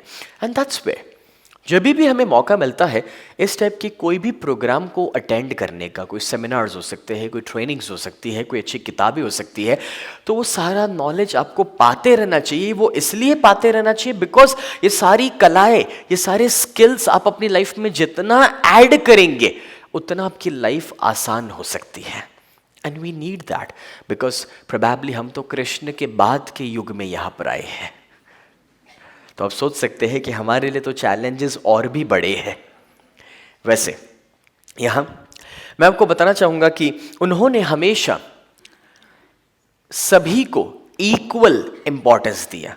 उनके लिए ऊंच नीच छोटा बड़ा ऐसा कुछ भी नहीं था। यह समझना बहुत ज्यादा जरूरी है दोस्तों, एंड दैट वाज कि वो जिस दोस्तों के साथ खेल कर बड़े हुए वो दोस्त दूर दूर तक उनके लेवल के मुताबिक तो थे ही नहीं, मगर तो भी उनको अपना दोस्त बनाया था। खास करके उनके बेस्ट फ्रेंड सुदामा। हम सभी जानते हैं दोस्तों कि सुदामा का फाइनेंशियल कंडीशन बोले या मेंटल कंडीशन क्या था कृष्ण की कंपैरिजन में। एंड दैट्स वेयर तो भी वो उसे अपना दोस्त बनाए थे। यहां पर जब मैं शब्द इस्तेमाल करता हूं दोस्त, तो वो दोस्ती सिर्फ इक्वल लेवल पर होती है ऐसा नहीं है। जब हम दोस्ती भी किसी से करें तो रिश्ता भी जोड़े ये सोचकर कि भाई ये अपने लेवल पर है या नहीं है, उसका फाइनेंशियल कंडीशन क्या है, वो मेरी मदद कर सकता है या नहीं कर सकता है। तो यारो ये दोस्ती नहीं है, ये सौदा है, अ बिजनेस डील।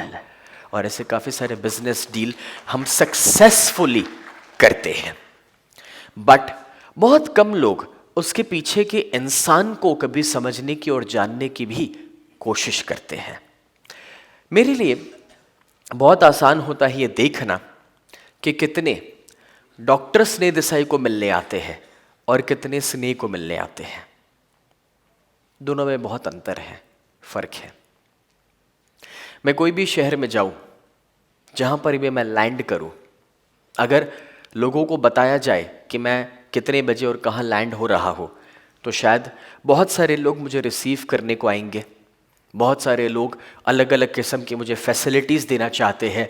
ज़्यादातर लोग कहते हैं कि आप हमारे घर पे रुकिए। कुछ लोग अपनी ऑफिस दिखाना चाहते हैं, कुछ लोग मुझे ट्रांसपोर्टेशन के ऑप्शंस देना चाहते हैं, कुछ लोग खाना खिलाना चाहते हैं। कितने सारे ऑप्शंस मुझे मिलते हैं, मगर वो ऑप्शंस मुझे नहीं मिल रहे, वो सारे ऑप्शंस डॉक्टर स्नेह देसाई को मिल रहे हैं। वो ऑप्शंस उसे दिए जा रहे हैं कि जिससे सामने वाले को यह पता है कि डॉक्टर स्नेह देसाई को अगर खुश कर दिया तो रिटर्न में बहुत कुछ मिल सकता है। वो स्नेह को तो जानते भी नहीं है। एंड दैट्स वेयर हम सौदेबाजी बहुत अच्छी कर लेते हैं, बट यारो यहाँ पर मैं सौदा करने के लिए नहीं कह रहा, यहाँ पर बात किसी से पाने की नहीं है, बात है दोस्ती की, एक रिश्ते की। हमको इंसान के साथ बस इसलिए वो रिश्ता जोड़ते हैं बिकॉज वो इंसान हमें पसंद है, बस बात खत्म हो गई। उससे ज्यादा कोई एक्सपेक्टेशन नहीं है वहां से। जब भगवान कृष्ण विदुर जी के वहां पर भोजन करने के लिए गए, विदुर जी, वैसे तो पांडु, धृतराष्ट्र और विदुर ये 3 भाई थे, मगर पांडु और धृतराष्ट्र को जो रिस्पेक्ट मिला था वो कभी भी विदुर को नहीं दिया गया था। उनको हमेशा दासी पुत्र कहा गया था, और जब उनको दासी पुत्र कहा गया था वहां पर मैं आपको बताना चाहूंगा कि कृष्ण स्पेशली गए और उन्हें जो रिस्पेक्ट मिला। जब भगवान कृष्ण विदुर जी के वहां भोजन करने के लिए पहुंचे तो पहले ही निवाले के साथ उन्होंने तारीफ की कि वाह, ऐसा स्वादिष्ट तो मैंने कभी खाया ही नहीं है, और ये मक्के दी रोटी काकेश्री ये खा के मैं धन्य हो गया। तब विदुर जी अपनी पत्नी से कहते हैं, देखा तुम्हारे भोजन की कौन तारीफ कर रहे हैं? तब कृष्ण ने कहा कि नहीं काकाश्री, मैं सच कह रहा हूं, अगली बार अगर हस्तिनापुर आना होगा तो मैं आपका अतिथि जरूर बनूंगा। और तब विदुर जी की पत्नी कहते हैं, आप अपना ये वचन भूल तो नहीं जाइएगा। और तब विदुर जी हंसकर जवाब देते हैं, इन्हें भूलना ही तो नहीं आता। बोल श्री कृष्ण कन्हैया लाल की जय। जब कृष्ण ने पहला निवाला लिया, क्या किया? कोई जल्दी नहीं है, मेरे पास 9 बजे तक का वक्त है आपका जवाब सुनने के लिए।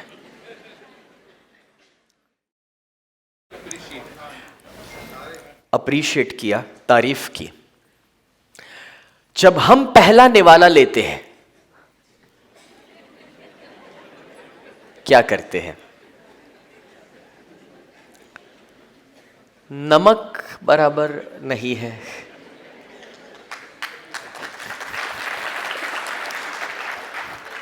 इसमें ताली बजाने के लिए भी बहुत हिम्मत चाहिए। कच्चा रह गया है, जल गया है, शक्कर कम है। आसान नहीं है, आसान नहीं है हर दिन नई खामी ढूंढना।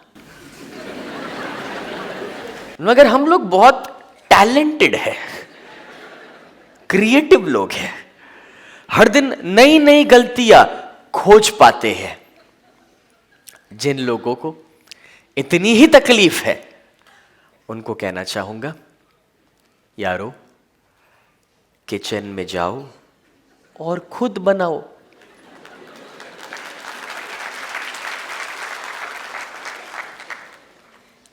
यहां जितने फीमेल्स हाउसवाइफ्स हैं, मन ही मन टेलीपैथिक रूप में मुझसे कह रहे, सर थोड़ा और बोलो।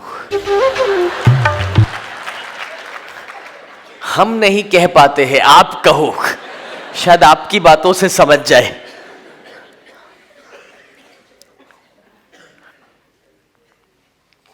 यारो बुराई करना, खामी ढूंढना इसलिए आसान है क्योंकि उसमें किसी और की लाइन को छोटा करने का मौका मिलता है। जब दूसरे की लाइन हम छोटी करते हैं तो समवेयर अपनी लाइन जब बड़ी रह जाती है तो उसमें एक ईगो सैटिस्फैक्शन मिलता है, और इस वजह से कहना चाहूंगा कि वो सबसे आसान काम है, गलती ढूंढना तो खामियां खोजना। मगर मैं यहां आपको यह जरूर कहना चाहूंगा कि तारीफ करने के लिए हमें अपने ईगो को छोड़ना पड़ता है, सामने वाले को अपने से ऊपर के लेवल पर बिठाना पड़ता है, और तब जाके हम उसकी तारीफ कर पाते हैं। मगर ये कैसे संभव है कि सामने वाले को हम अपने से ऊपर बिठाए। It's a big challenge.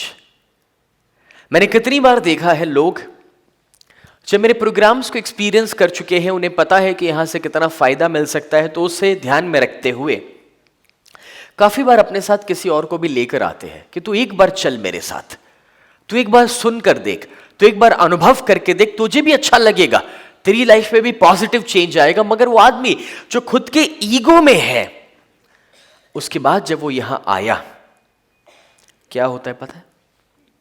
होता कुछ ऐसा है, यहां बैठने के बाद मेरे साथ हंस भी रहा है, ताली भी बजा रहा है, मगर उसका ईगो इतना है कि बाहर निकलने पे जब उसका वो दोस्त पूछे कैसा रहा, मजा आया ना, मैं बोल रहा था ना तुझे मजा आएगा, हाँ ठीक था, बाकी वैसे एक दो बातें थी, डॉक्टर संदेसाई कभी पर्सनली मिलेंगे तो उनको भी सिखाऊंगा।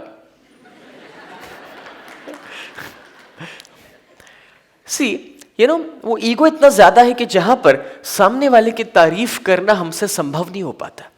बट यारो, आप में से कितने हस्बैंड्स यहां पर ऐसे हैं जिनको ऐसा लगता है कि आपको अपने पत्नी के प्रति बोलकर प्यार जताने की जरूरत नहीं है? यह सवाल को मैं रिपीट कर लूंगा क्योंकि आप जरूर एक्टिंग करेंगे कि आपको सवाल समझ नहीं आया। सवाल यह था कि कितने हस्बैंड्स यहां पर ऐसे हैं जिनको ऐसा लगता है कि आपको अपने वाइफ के प्रति बोलकर प्यार जताने की जरूरत नहीं है। पहले मैं हाथ ऊपर करता हूं जिससे आपको थोड़ा हिम्मत रहे, भले मेरी शादी नहीं हुई है। ऑलराइट, यहां पर 3-4 लोगों ने हाथ ऊपर किया, मगर अगर आपने हाथ ऊपर नहीं किया तो भी कोई फर्क नहीं पड़ता है, क्योंकि उससे हकीकत नहीं बदलती है।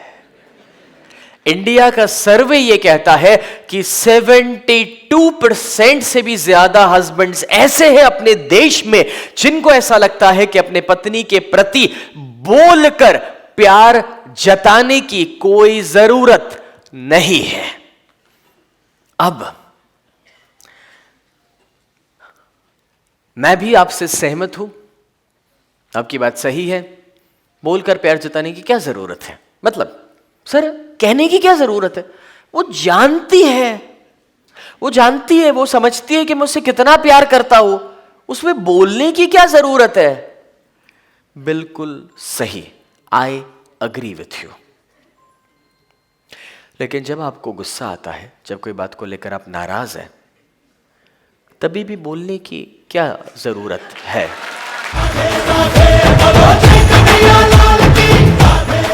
वो जानती है,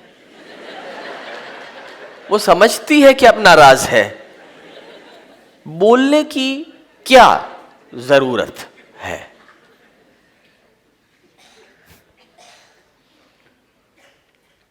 बट तब तो वक्त निकाल के, फुर्सत से, बट इसी वजह से मैं कह रहा हूं दोस्तों, अगर आप खामियां ढूंढ सकते हैं, गलतियां निकाल सकते हैं, बुराई कर सकते हैं, then dare to appreciate. I am using the proper word for that, dare. हिम्मत भी करके दिखाओ, तारीफ करके। अगर खाने में कोई एक चीज अच्छी नहीं बनी है तो मैं सहमत हूं आपसे, अगर वो अच्छा ना बना हो तो ये कहने में कुछ गलत नहीं है कि ये बराबर नहीं है या इसमें ये कम ज्यादा है, कह सकते हैं, दैट्स ओके। मगर अगर ये कहने की हिम्मत है तो दूसरी 4 चीजें जो दबा के खाई है उसकी तारीफ सुनने का भी हक उनका है, और वो हक आपको उनसे नहीं छीनना चाहिए। एक दिन एक इंसान ऑफिस से घर आया, उसकी वाइफ कहते हैं कि जल्दी से आप फ्रेश हो जाइए, आज मैंने आपकी फेवरेट डिश बनाई है। और चेंज करके हाथ मुंह धोकर जब वो इंसान डाइनिंग टेबल पर बैठते हैं तो उनके वाइफ गरम गरम गुलाब जामुन लेकर आते हैं जो उनके हस्बैंड की फेवरेट डिश है। अब जब वो गरम गरम गुलाब जामुन उनकी प्लेट में सर्व करते हैं, आपने देखा ही होगा कि जब ऐसी कुछ चीज़ बनती है सर्व करने के बाद आपकी वाइफ वहां पर साइड पर खड़े रहते हैं, वो इस आशा में खड़े रहते हैं, इस एक्सपेक्टेशन में खड़े रहते हैं कि आप टेस्ट करने के बाद उनको बताए कि वो कैसा बना है, राइट? अब होता क्या है, बंदा टोटली फोकस्ड है गुलाब जामुन पे, मुंडी नीचे है, एक गुलाब जामुन अंदर उतर गया, दूसरा गुलाब जामुन अंदर उतर गया। अब वाइफ जो है वो इस आशा में जब खड़ी थी कि वो मेरी ओर देखेंगे, कुछ कहेंगे, जब दो उतर चुके हैं उसके बाद सोच रही है कि भले कुछ मत कहो मगर एक स्माइल तो दे दो, मतलब एक बार मेरी ओर देख के बोलोगे नहीं, सिर्फ स्माइल भी दे दोगे तो भी मैं समझ जाऊंगी कि आपको पसंद आए हैं। मगर बंदा ऊपर भी नहीं देख रहा, तीसरा गुलाब जामुन, और जब चौथा अंदर उतरता है, जब तक उसने मुंडी ऊपर भी नहीं किया, वो सोचने लगते हैं ये बेचारा जन्म जन्म का भूखा,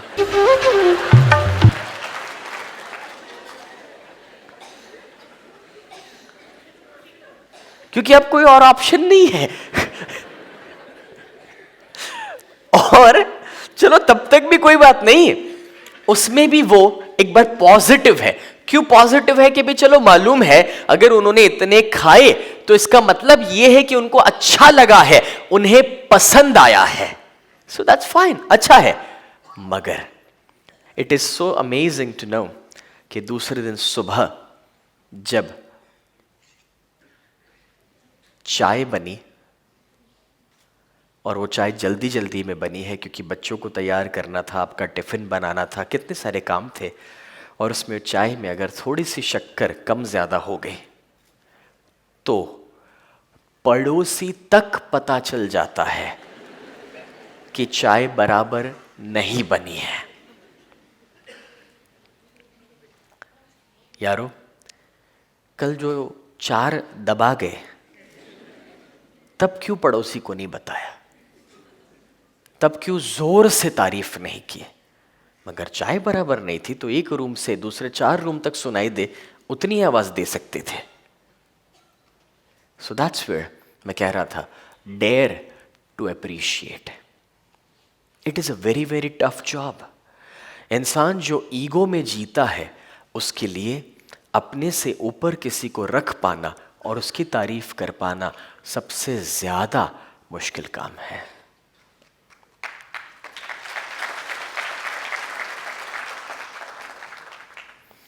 मगर ऐसा नहीं होता कि आप सिर्फ किसी की बर्थडे तो वैलेंटाइंस के दिन ही कुछ अच्छा कर सकते हैं। ऐसा नहीं होता कि सिर्फ एनिवर्सरी के दिन ही आप उनकी इच्छा पूरी कर सकते हैं। पूरा साल संभव है। आज ऐसा नहीं है कि अगर गुरु पूर्णिमा है तो सिर्फ आज ही के दिन आप अपने टीचर या गुरु को याद कर सकते हैं। Each day it is possible. मगर वो एहसास के साथ जीना आसान नहीं है, मगर कहूंगा नामुमकिन भी नहीं है। दोस्तों, जब द्वारिका बनने वाली थी,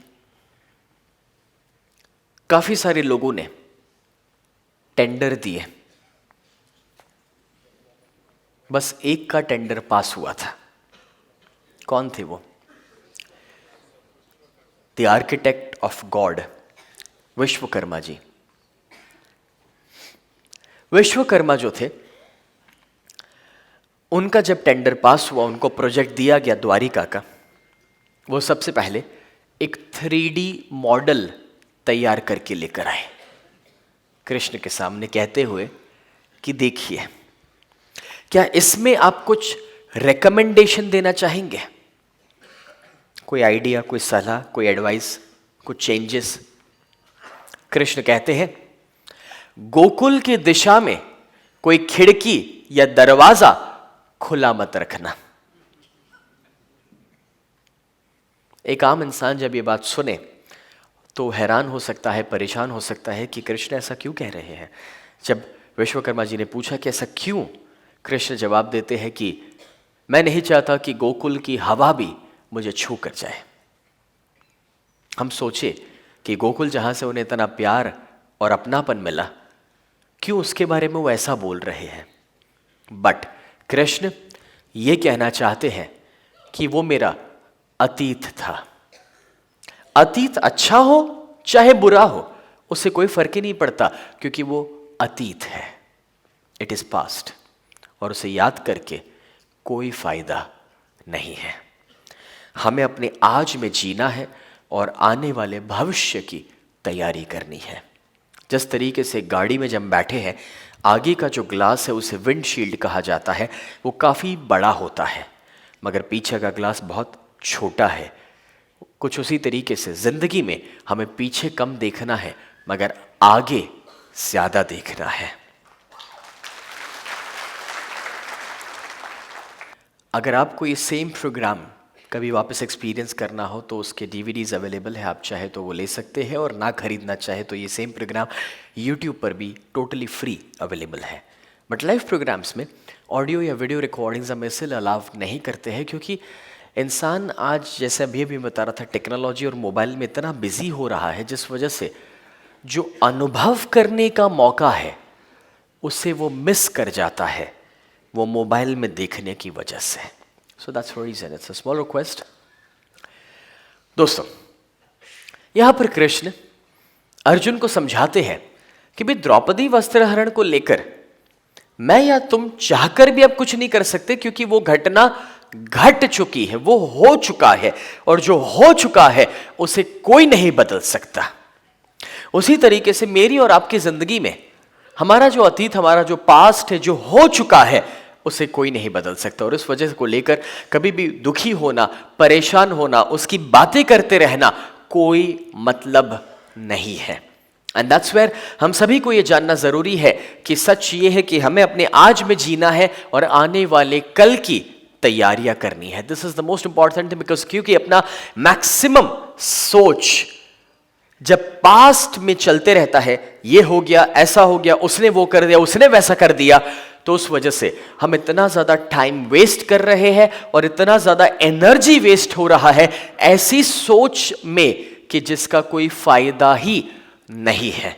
and that's where you need to understand this कि हमें आज में जीना है, सिर्फ फ्यूचर पे फोकस करना है, पास्ट को भूल जाइए, बिकॉज जो हो चुका है वो हार को, वो बुरे दिनों को जितना ज्यादा हम याद करेंगे उतना ज्यादा हम उसे अपने प्रति आकर्षित भी करते रहते हैं। So focus on the future. वैसे इसी के साथ Krishna was one of the best management Guru ever. उनके अंदर सबसे बेस्ट क्वालिटी थी, and that was the communication ability he had. बातों में वो किसी को भी बड़ी आसानी से इंप्रेस कर लेते थे, बातों में वो किसी को भी बड़ी आसानी से मना लेते थे, वो ना कहते हुए बहुत कुछ कह जाते थे। मैं आपको बताना चाहूंगा दोस्तों कि वो, उनकी सबसे बड़ी खासियत ये थी that he was a matching personality. उन्होंने कभी भी सामने वाले को मना नहीं किया। मिसमैच पर्सनालिटी और मैचिंग पर्सनालिटी, ये कम्युनिकेशन का स्ट्रैटेजी, एक टेक्निक है जो मैं आपको देना चाहूंगा यहाँ पर। काफी सारे लोगों को आपने ऑब्जर्व किया होगा, आप उनको दिन कहेंगे वो कहेंगे रात है, आप उनको रात कहेंगे वो कहेंगे दिन है, ऑपोजिट होते हैं। एग्जाम्पल, आप उनको कुछ भी कहोगे वो उल्टा ही करेंगे और उल्टा ही समझेंगे। जैसे कि कभी कभार छोटे बच्चे जो होते हैं वो मिसमैच होते हैं। आप उनको कहोगे दूध पी ले, नहीं मुझे नहीं पीना है, और आप अगर वो उल्टा कहेंगे देख तुझे दूध नहीं पीना है, ये तेरा नहीं है ये मेरा है, नहीं नहीं मम्मी ये मेरा है, फटक से पी लेंगे। इसे कहते हैं मिसमैच पर्सनालिटी। लेकिन रियल लाइफ में आपको मैचिंग पर्सनालिटी होना पड़ेगा, सामने वाले की हां में हां मिलाना पड़ेगा, और जब आप हां में हां मिलाकर उसके ईगो को सैटिस्फाई करेंगे तभी जाकर आप बड़ी आसानी से अपना काम निकलवा सकते हैं किसी से भी। जब अर्जुन वनवास से कृष्ण को मिलने के लिए आते हैं, अर्जुन और कृष्ण अपने कक्ष में अकेले बैठे हैं। भगवान कृष्ण अर्जुन से कहते हैं, अर्जुन, बड़े भाई बलराम जो है वो हमारी बहन सुभद्रा का विवाह दुर्योधन से करना चाहते हैं। अर्जुन रिएक्शन देते हैं, दुर्योधन से? तो मेरे लिए क्या आदेश है केशव? कृष्ण जवाब देते हैं, आदेश का क्या प्रश्न है? तुम क्षत्रिय हो, क्षत्रिय धर्म का पालन करो। क्षत्रिय धर्म यह कहता है कि अगर विवाह की अभिलाषा हो और कन्या भी वही चाहती हो और विवाह के रास्ते में कोई ऐसी अड़चन हो, तो क्षत्रिय धर्म यह कहता है कि कन्या का हरण कर लो, क्योंकि वो कन्या का हरण नहीं मगर उसका वरण है। अर्जुन जवाब देते हैं, तो आप ये कह रहे हैं कि मैं सुभद्रा का हरण कर लूं? कृष्ण हंसकर जवाब दिए, मैं कुछ कहने वाला कौन पार्थ, मैं तो सिर्फ तुम्हें क्षत्रिय धर्म बतला रहा था। वैसे मैंने सुना है कल सवेरे सुभद्रा रैवत पर्वत पर पूजा करने के लिए जा रही है। वो ना कहते हुए बहुत कुछ कह जाते थे। पहले बता दिया उठा लो, और बाद में ये भी बता दिया कि कहां से और कब। दूसरी सुबह जब अर्जुन कृष्ण की ये बात से इंस्पायर होकर निकले, तो उतनी सुबह कृष्ण का रथ बाहर तैयार खड़ा था। अब उन दिनों में जब मैं शब्द इस्तेमाल किया उतनी सुबह, तो वो बात थी सुबह 4 साढ़े 4 बजे की, क्योंकि उन दिनों में सुबह उसे कहा जाता था। नहीं मतलब क्या है, यहां पर काफी सारे यंगस्टर्स भी आज प्रोग्राम में आए हुए हैं, तो मेरा फर्ज बनता है ना उनको थोड़ा समझाना, मतलब थोड़ा सिखाना मेरा काम है। तो अर्जुन जब उतनी सुबह निकले, वो आए थे वहां पर वनवास से, और इस वजह से उनके पास कुछ भी नहीं था, मगर जब कृष्ण के रथ को तैयार देखा तो उनको पता चल गया कि ये रथ मेरे लिए तैयार खड़ा है, और उस रथ को लेकर वो सुभद्रा के पास जाने के लिए निकले। थोड़े वक्त के बाद, थोड़ा वक्त बीता, कृष्ण के बड़े भाई बलराम, जब उनको पता चला कि अर्जुन हमारी बहन को उठाकर लेकर गया है, तब वो अपने सेनापतियों के साथ कृष्ण के सामने आकर खड़े रहते हैं, कहते हुए कि कृष्ण, अर्जुन हमारी बहन को उठाकर लेकर गया है और मैं सेना को लेकर जा रहा हूं उसे रोकने के लिए। कृष्ण कहते, भैया आपको पता है वो मेरा रथ लेकर गया है, और जब वो मेरा रथ लेकर गया है तो उसे रोकना थोड़ा सा मुश्किल होगा। 2 चीजें बता दी इसमें। एक, मेरा रथ लेकर गया है मतलब कि मेरी परमिशन के साथ गया है। दूसरा, रोकना मुश्किल होगा मतलब कि मैं उसे साथ दे रहा हूं और इसीलिए उसे रोकना मुश्किल होगा। इंटरेस्टिंगली, जब सामने बड़े भाई है, उन्हें ये नहीं कह रहे भैया आप गलत है, उन्हें ये नहीं कह रहे आप मत जाओ, उन्हें ये नहीं कह रहे कि आप रोक नहीं पाएंगे। उनका भी जो रिस्पेक्ट रखना है, वो रिस्पेक्ट को वहां पर रखे हुए हैं। और ऐसा बहुत बार हुआ था कि बलराम जो जोश के साथ आते, कृष्ण सब हवा निकाल देते थे, बिकॉज बलराम एक योद्धा थे, और योद्धा जो है वो हमेशा एक्साइटेड रहेगा, युद्ध करने के लिए तैयार रहेंगे। बट कृष्ण वैसे योद्धा नहीं थे। He was a very very intelligent person. उनको ये पता था कि कब रण छोड़ देना है, और उन्हें यह भी पता था कि कब लड़ना है। मगर एक योद्धा के अंदर ये क्वालिटी नहीं हो सकता, बिकॉज एक योद्धा के लिए रण छोड़ना कितने बड़े इंसल्ट और ईगो को खत्म करने के बराबर हो सकता है। बट कृष्ण को कभी वो प्रॉब्लम था ही नहीं। He was very intelligent, he was very sharp, और जो समझदार इंसान है, जो जोश में नहीं मगर होश में जीता है, उसे पता है कि कब कौन सा डिसीजन सही है। एंड दैट्स वेयर एक छोटा सा किस्सा आपके साथ शेयर करूंगा, और आपको बड़ा मजा आएगा, क्योंकि शायद आपने कभी ये सुना नहीं होगा।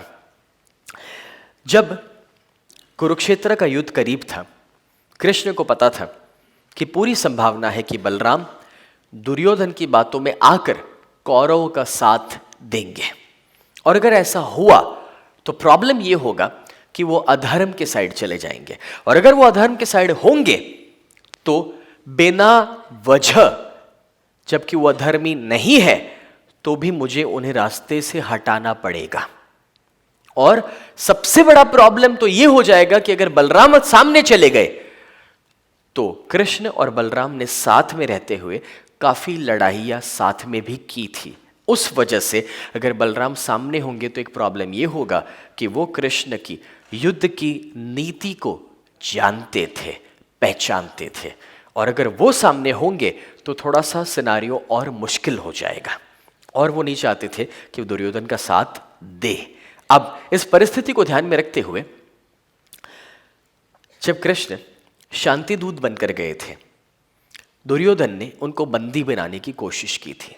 अब ये पूरा किस्सा हम काफी डिटेल में बाद में तो जानेंगे ही, मगर अभी के लिए जब कृष्ण को बंदी बनाने की कोशिश की दुर्योधन ने, जबकि ये अलग बात है कि दुर्योधन कृष्ण को छू भी नहीं पाए थे, मगर जब कृष्ण वहां से वापस आए सबसे पहले आकर बलराम से मिले, और जिस तरह से वो स्कूल में होता ना, छोटा भाई बड़े भाई को मिलकर कहता है भैया उन लोगों ने मेरे को मारा, एग्जैक्टली वैसे बलराम के सामने आकर कहते हैं भैया आपका वो जो प्रिय दुर्योधन है उसने मुझे बंदी बनाने की कोशिश की।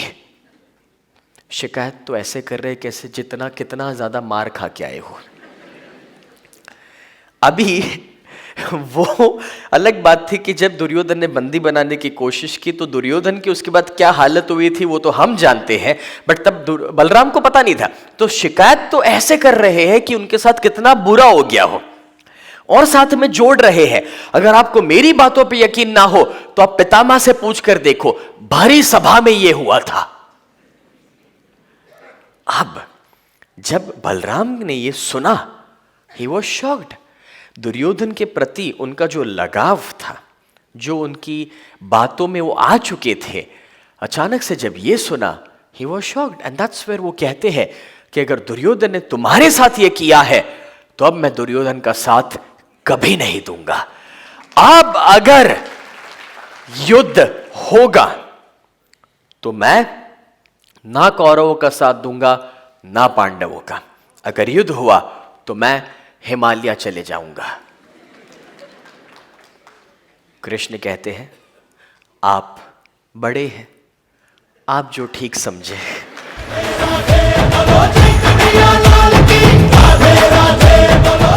बोल श्री कृष्ण कन्हैया लाल की जय। कभी मौका मिले तो आई रियली सजेस्ट उनके लाइफ को पढ़ के देखो और प्रैक्टिकली पढ़ के देखो। स्पिरिचुअली तो ठीक है, आपको बहुत लोगों ने सिखाया होगा, प्रैक्टिकल लाइफ के लिए भी इतने सारे लर्निंग्स आप पा सकते हैं, पर्सनल और प्रोफेशनल लाइफ के लिए भी लर्निंग्स पा सकते हैं।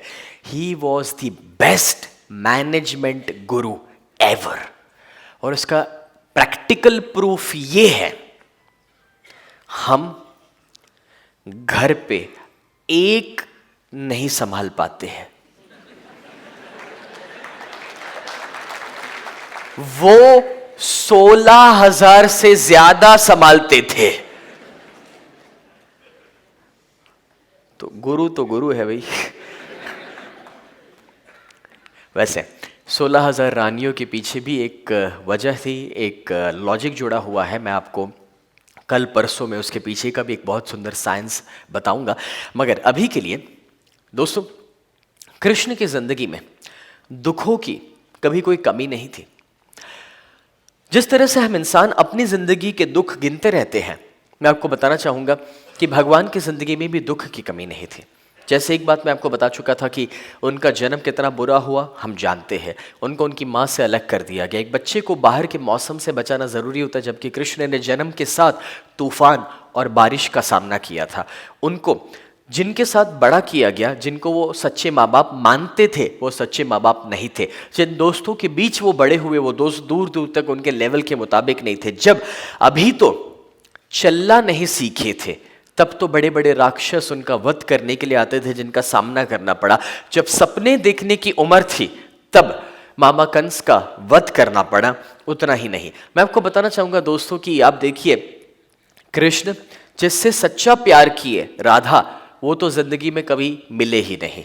जब शादी करने की उम्र आई, तब रुक्मणी, जिनकी शादी शिशुपाल से होने वाले थे, उनके भाई रुक्मी फोर्सफुली उनकी शादी करवाना चाहते थे। तो उन दिनों में रुक्मणी ने कृष्ण को चाहा था और उनको एक खत भेजा कि आप इस शादी से पहले अगर मुझे बचाने के लिए नहीं आएंगे, यहां से लेकर नहीं जाएंगे, तो मैं अपनी जान दे दूंगी।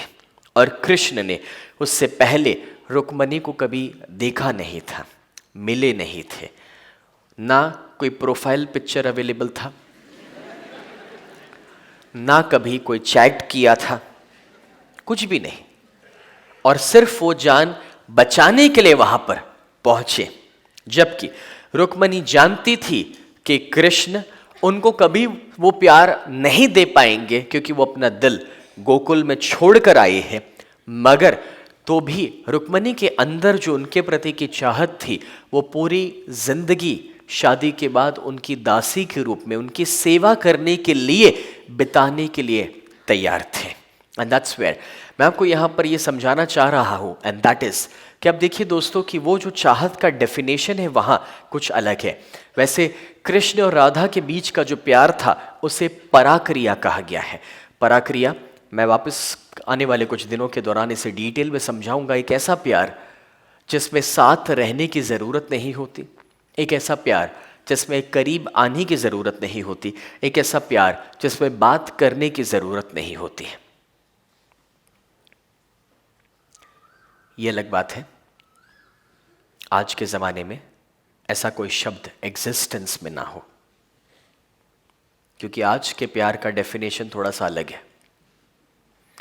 तुमने कैसे उससे बात किया, तुम मुझे पूछे बिना गई कैसे। आज का प्यार का डेफिनेशन थोड़ा सा अलग है। आज का प्यार का डेफिनेशन है पजेसिवनेस, हक जताना, सामने वाले पे स्टैंप मार देना कि ये जमीन मेरी है, इस पर किसी और का हक नहीं है, private property. But you know that is a different story. अभी के लिए मैं आपको बता रहा था कि राधा से प्यार किया, वो नहीं मिले, रुक्मणी से शादी हुई, और जब अपने परिवार को वक्त देना चाहिए था तब किसी और को बचाने के लिए पहुंच गए। तो कृष्ण की जिंदगी में कभी कोई दुखों की कमी नहीं थी। उन्होंने जो भी किया उसके बाद कितने कलंक उनके ऊपर लगे। आज जब अपने मामा को मारा, भले वो बुरे थे, राक्षस थे, लोगों पर अत्याचार करते थे, मगर तो भी कलंक तो यही लगा कि अपने मामा को मार दिया। या फिर जब कौरव का वध हुआ तो वो धर्म पर विजय हुआ था, मगर तो भी माँ गांधारी यानी कि कौरव की माँ, जो कृष्ण पर आरोप डाले थे कि मेरे बच्चों का वध तुमने किया, उनके लाइफ में दुखों की कोई कमी नहीं थी। मगर तो भी कृष्ण को हमने कभी दुखी देखा नहीं, परेशान नहीं देखा, रोते हुए नहीं देखा। सरप्राइजिंगली इतने दुखों के साथ जीते हुए कृष्ण तो भी पॉजिटिव थे, खुश थे। और मैं आपको बताना चाहूंगा कि हम इंसान, हमारी जिंदगी में छोटा सा भी एक दुख आ जाता है, हम अपने आसपास सभी को दुखी कर डालते हैं। बस यही फर्क है इंसान और भगवान में कि उनकी जिंदगी में कितने भी दुख हो मगर वो अपने आसपास सभी को सुख देना जानते हैं, और अपनी जिंदगी में कितने भी सुख हो हम ज्यादातर लोगों को दुख देना ही जानते हैं। एंड दैट्स वेयर ये हमारा सफर हो सकता है इंसान से भगवान की ओर की, जहां पर हम भी कोशिश करें दोस्तों कि जिंदगी में कितनी भी दुख तकलीफ और चैलेंजेस में हम जी रहे हो, मगर अब हम खुश रहे उसमें भी और अपने आसपास के लोगों को खुशियां देते रहें। वैसे फ्रेंड्स, आज के दिन में मैं एक रिक्वेस्ट करना चाहूँगा कि जितने भी लोग आपको मिले, आपके कोई फैमिली मेम्बर्स, पड़ोसी या फिर ऑफिस के कोई कलीग्स, मैं रिक्वेस्ट करना चाहूँगा कि आप सभी के साथ आज की बातों को शेयर करें, उन्हें कुछ बताइए।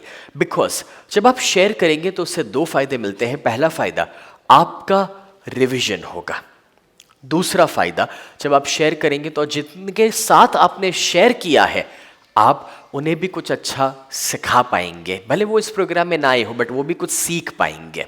और क्या आपको ये पता है इस प्रोग्राम का स्टार्टिंग टाइम क्या है?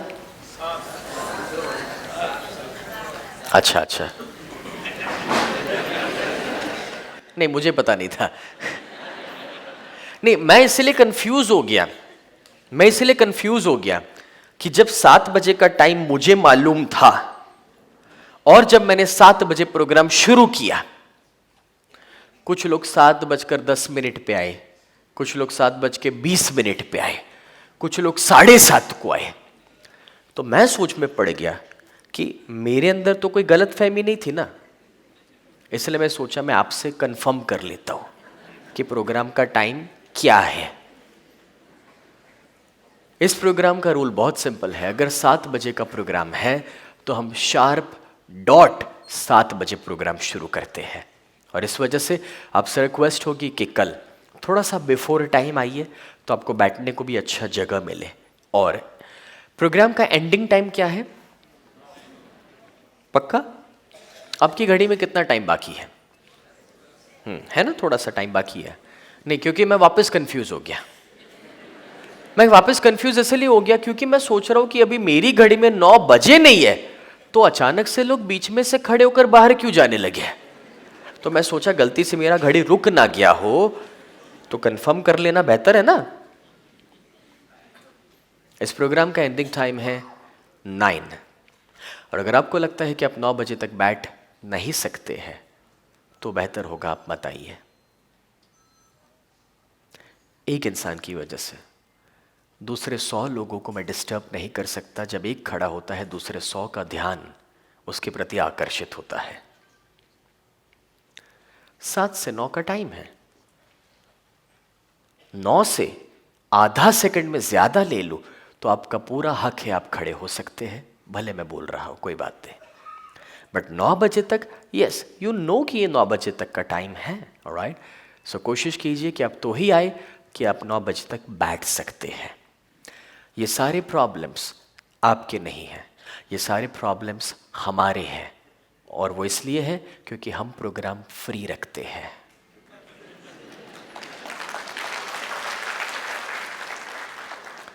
फ्री की अपने देश में कदर नहीं है, समझ नहीं है, वैल्यू नहीं है।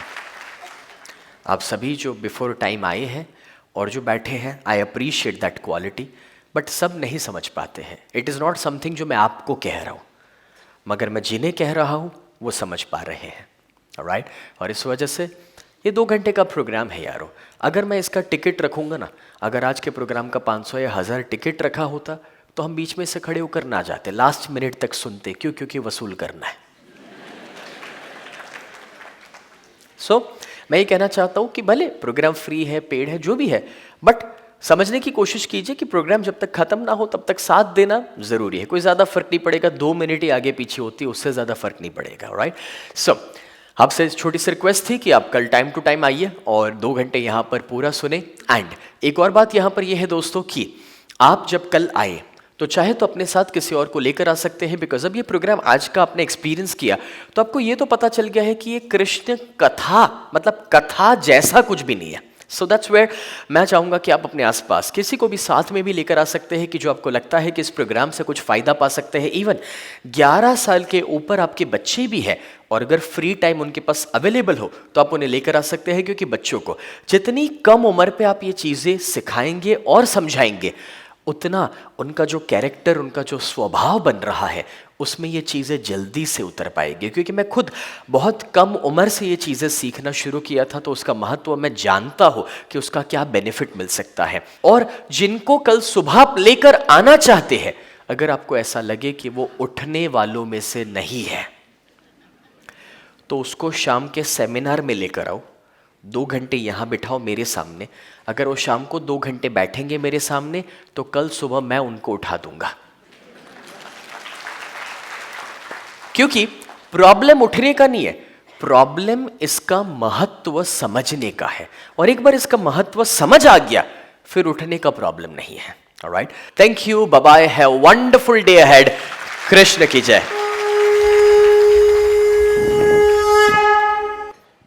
अगर आप हमारे वीडियोस को पसंद करते हैं तो मैं आपसे रिक्वेस्ट करना चाहूँगा कि आप हमारे यूट्यूब चैनल पर सब्सक्राइब कर सकते हैं कि जिससे आप रेगुलरली ऐसे ही वीडियोस को देख सकें।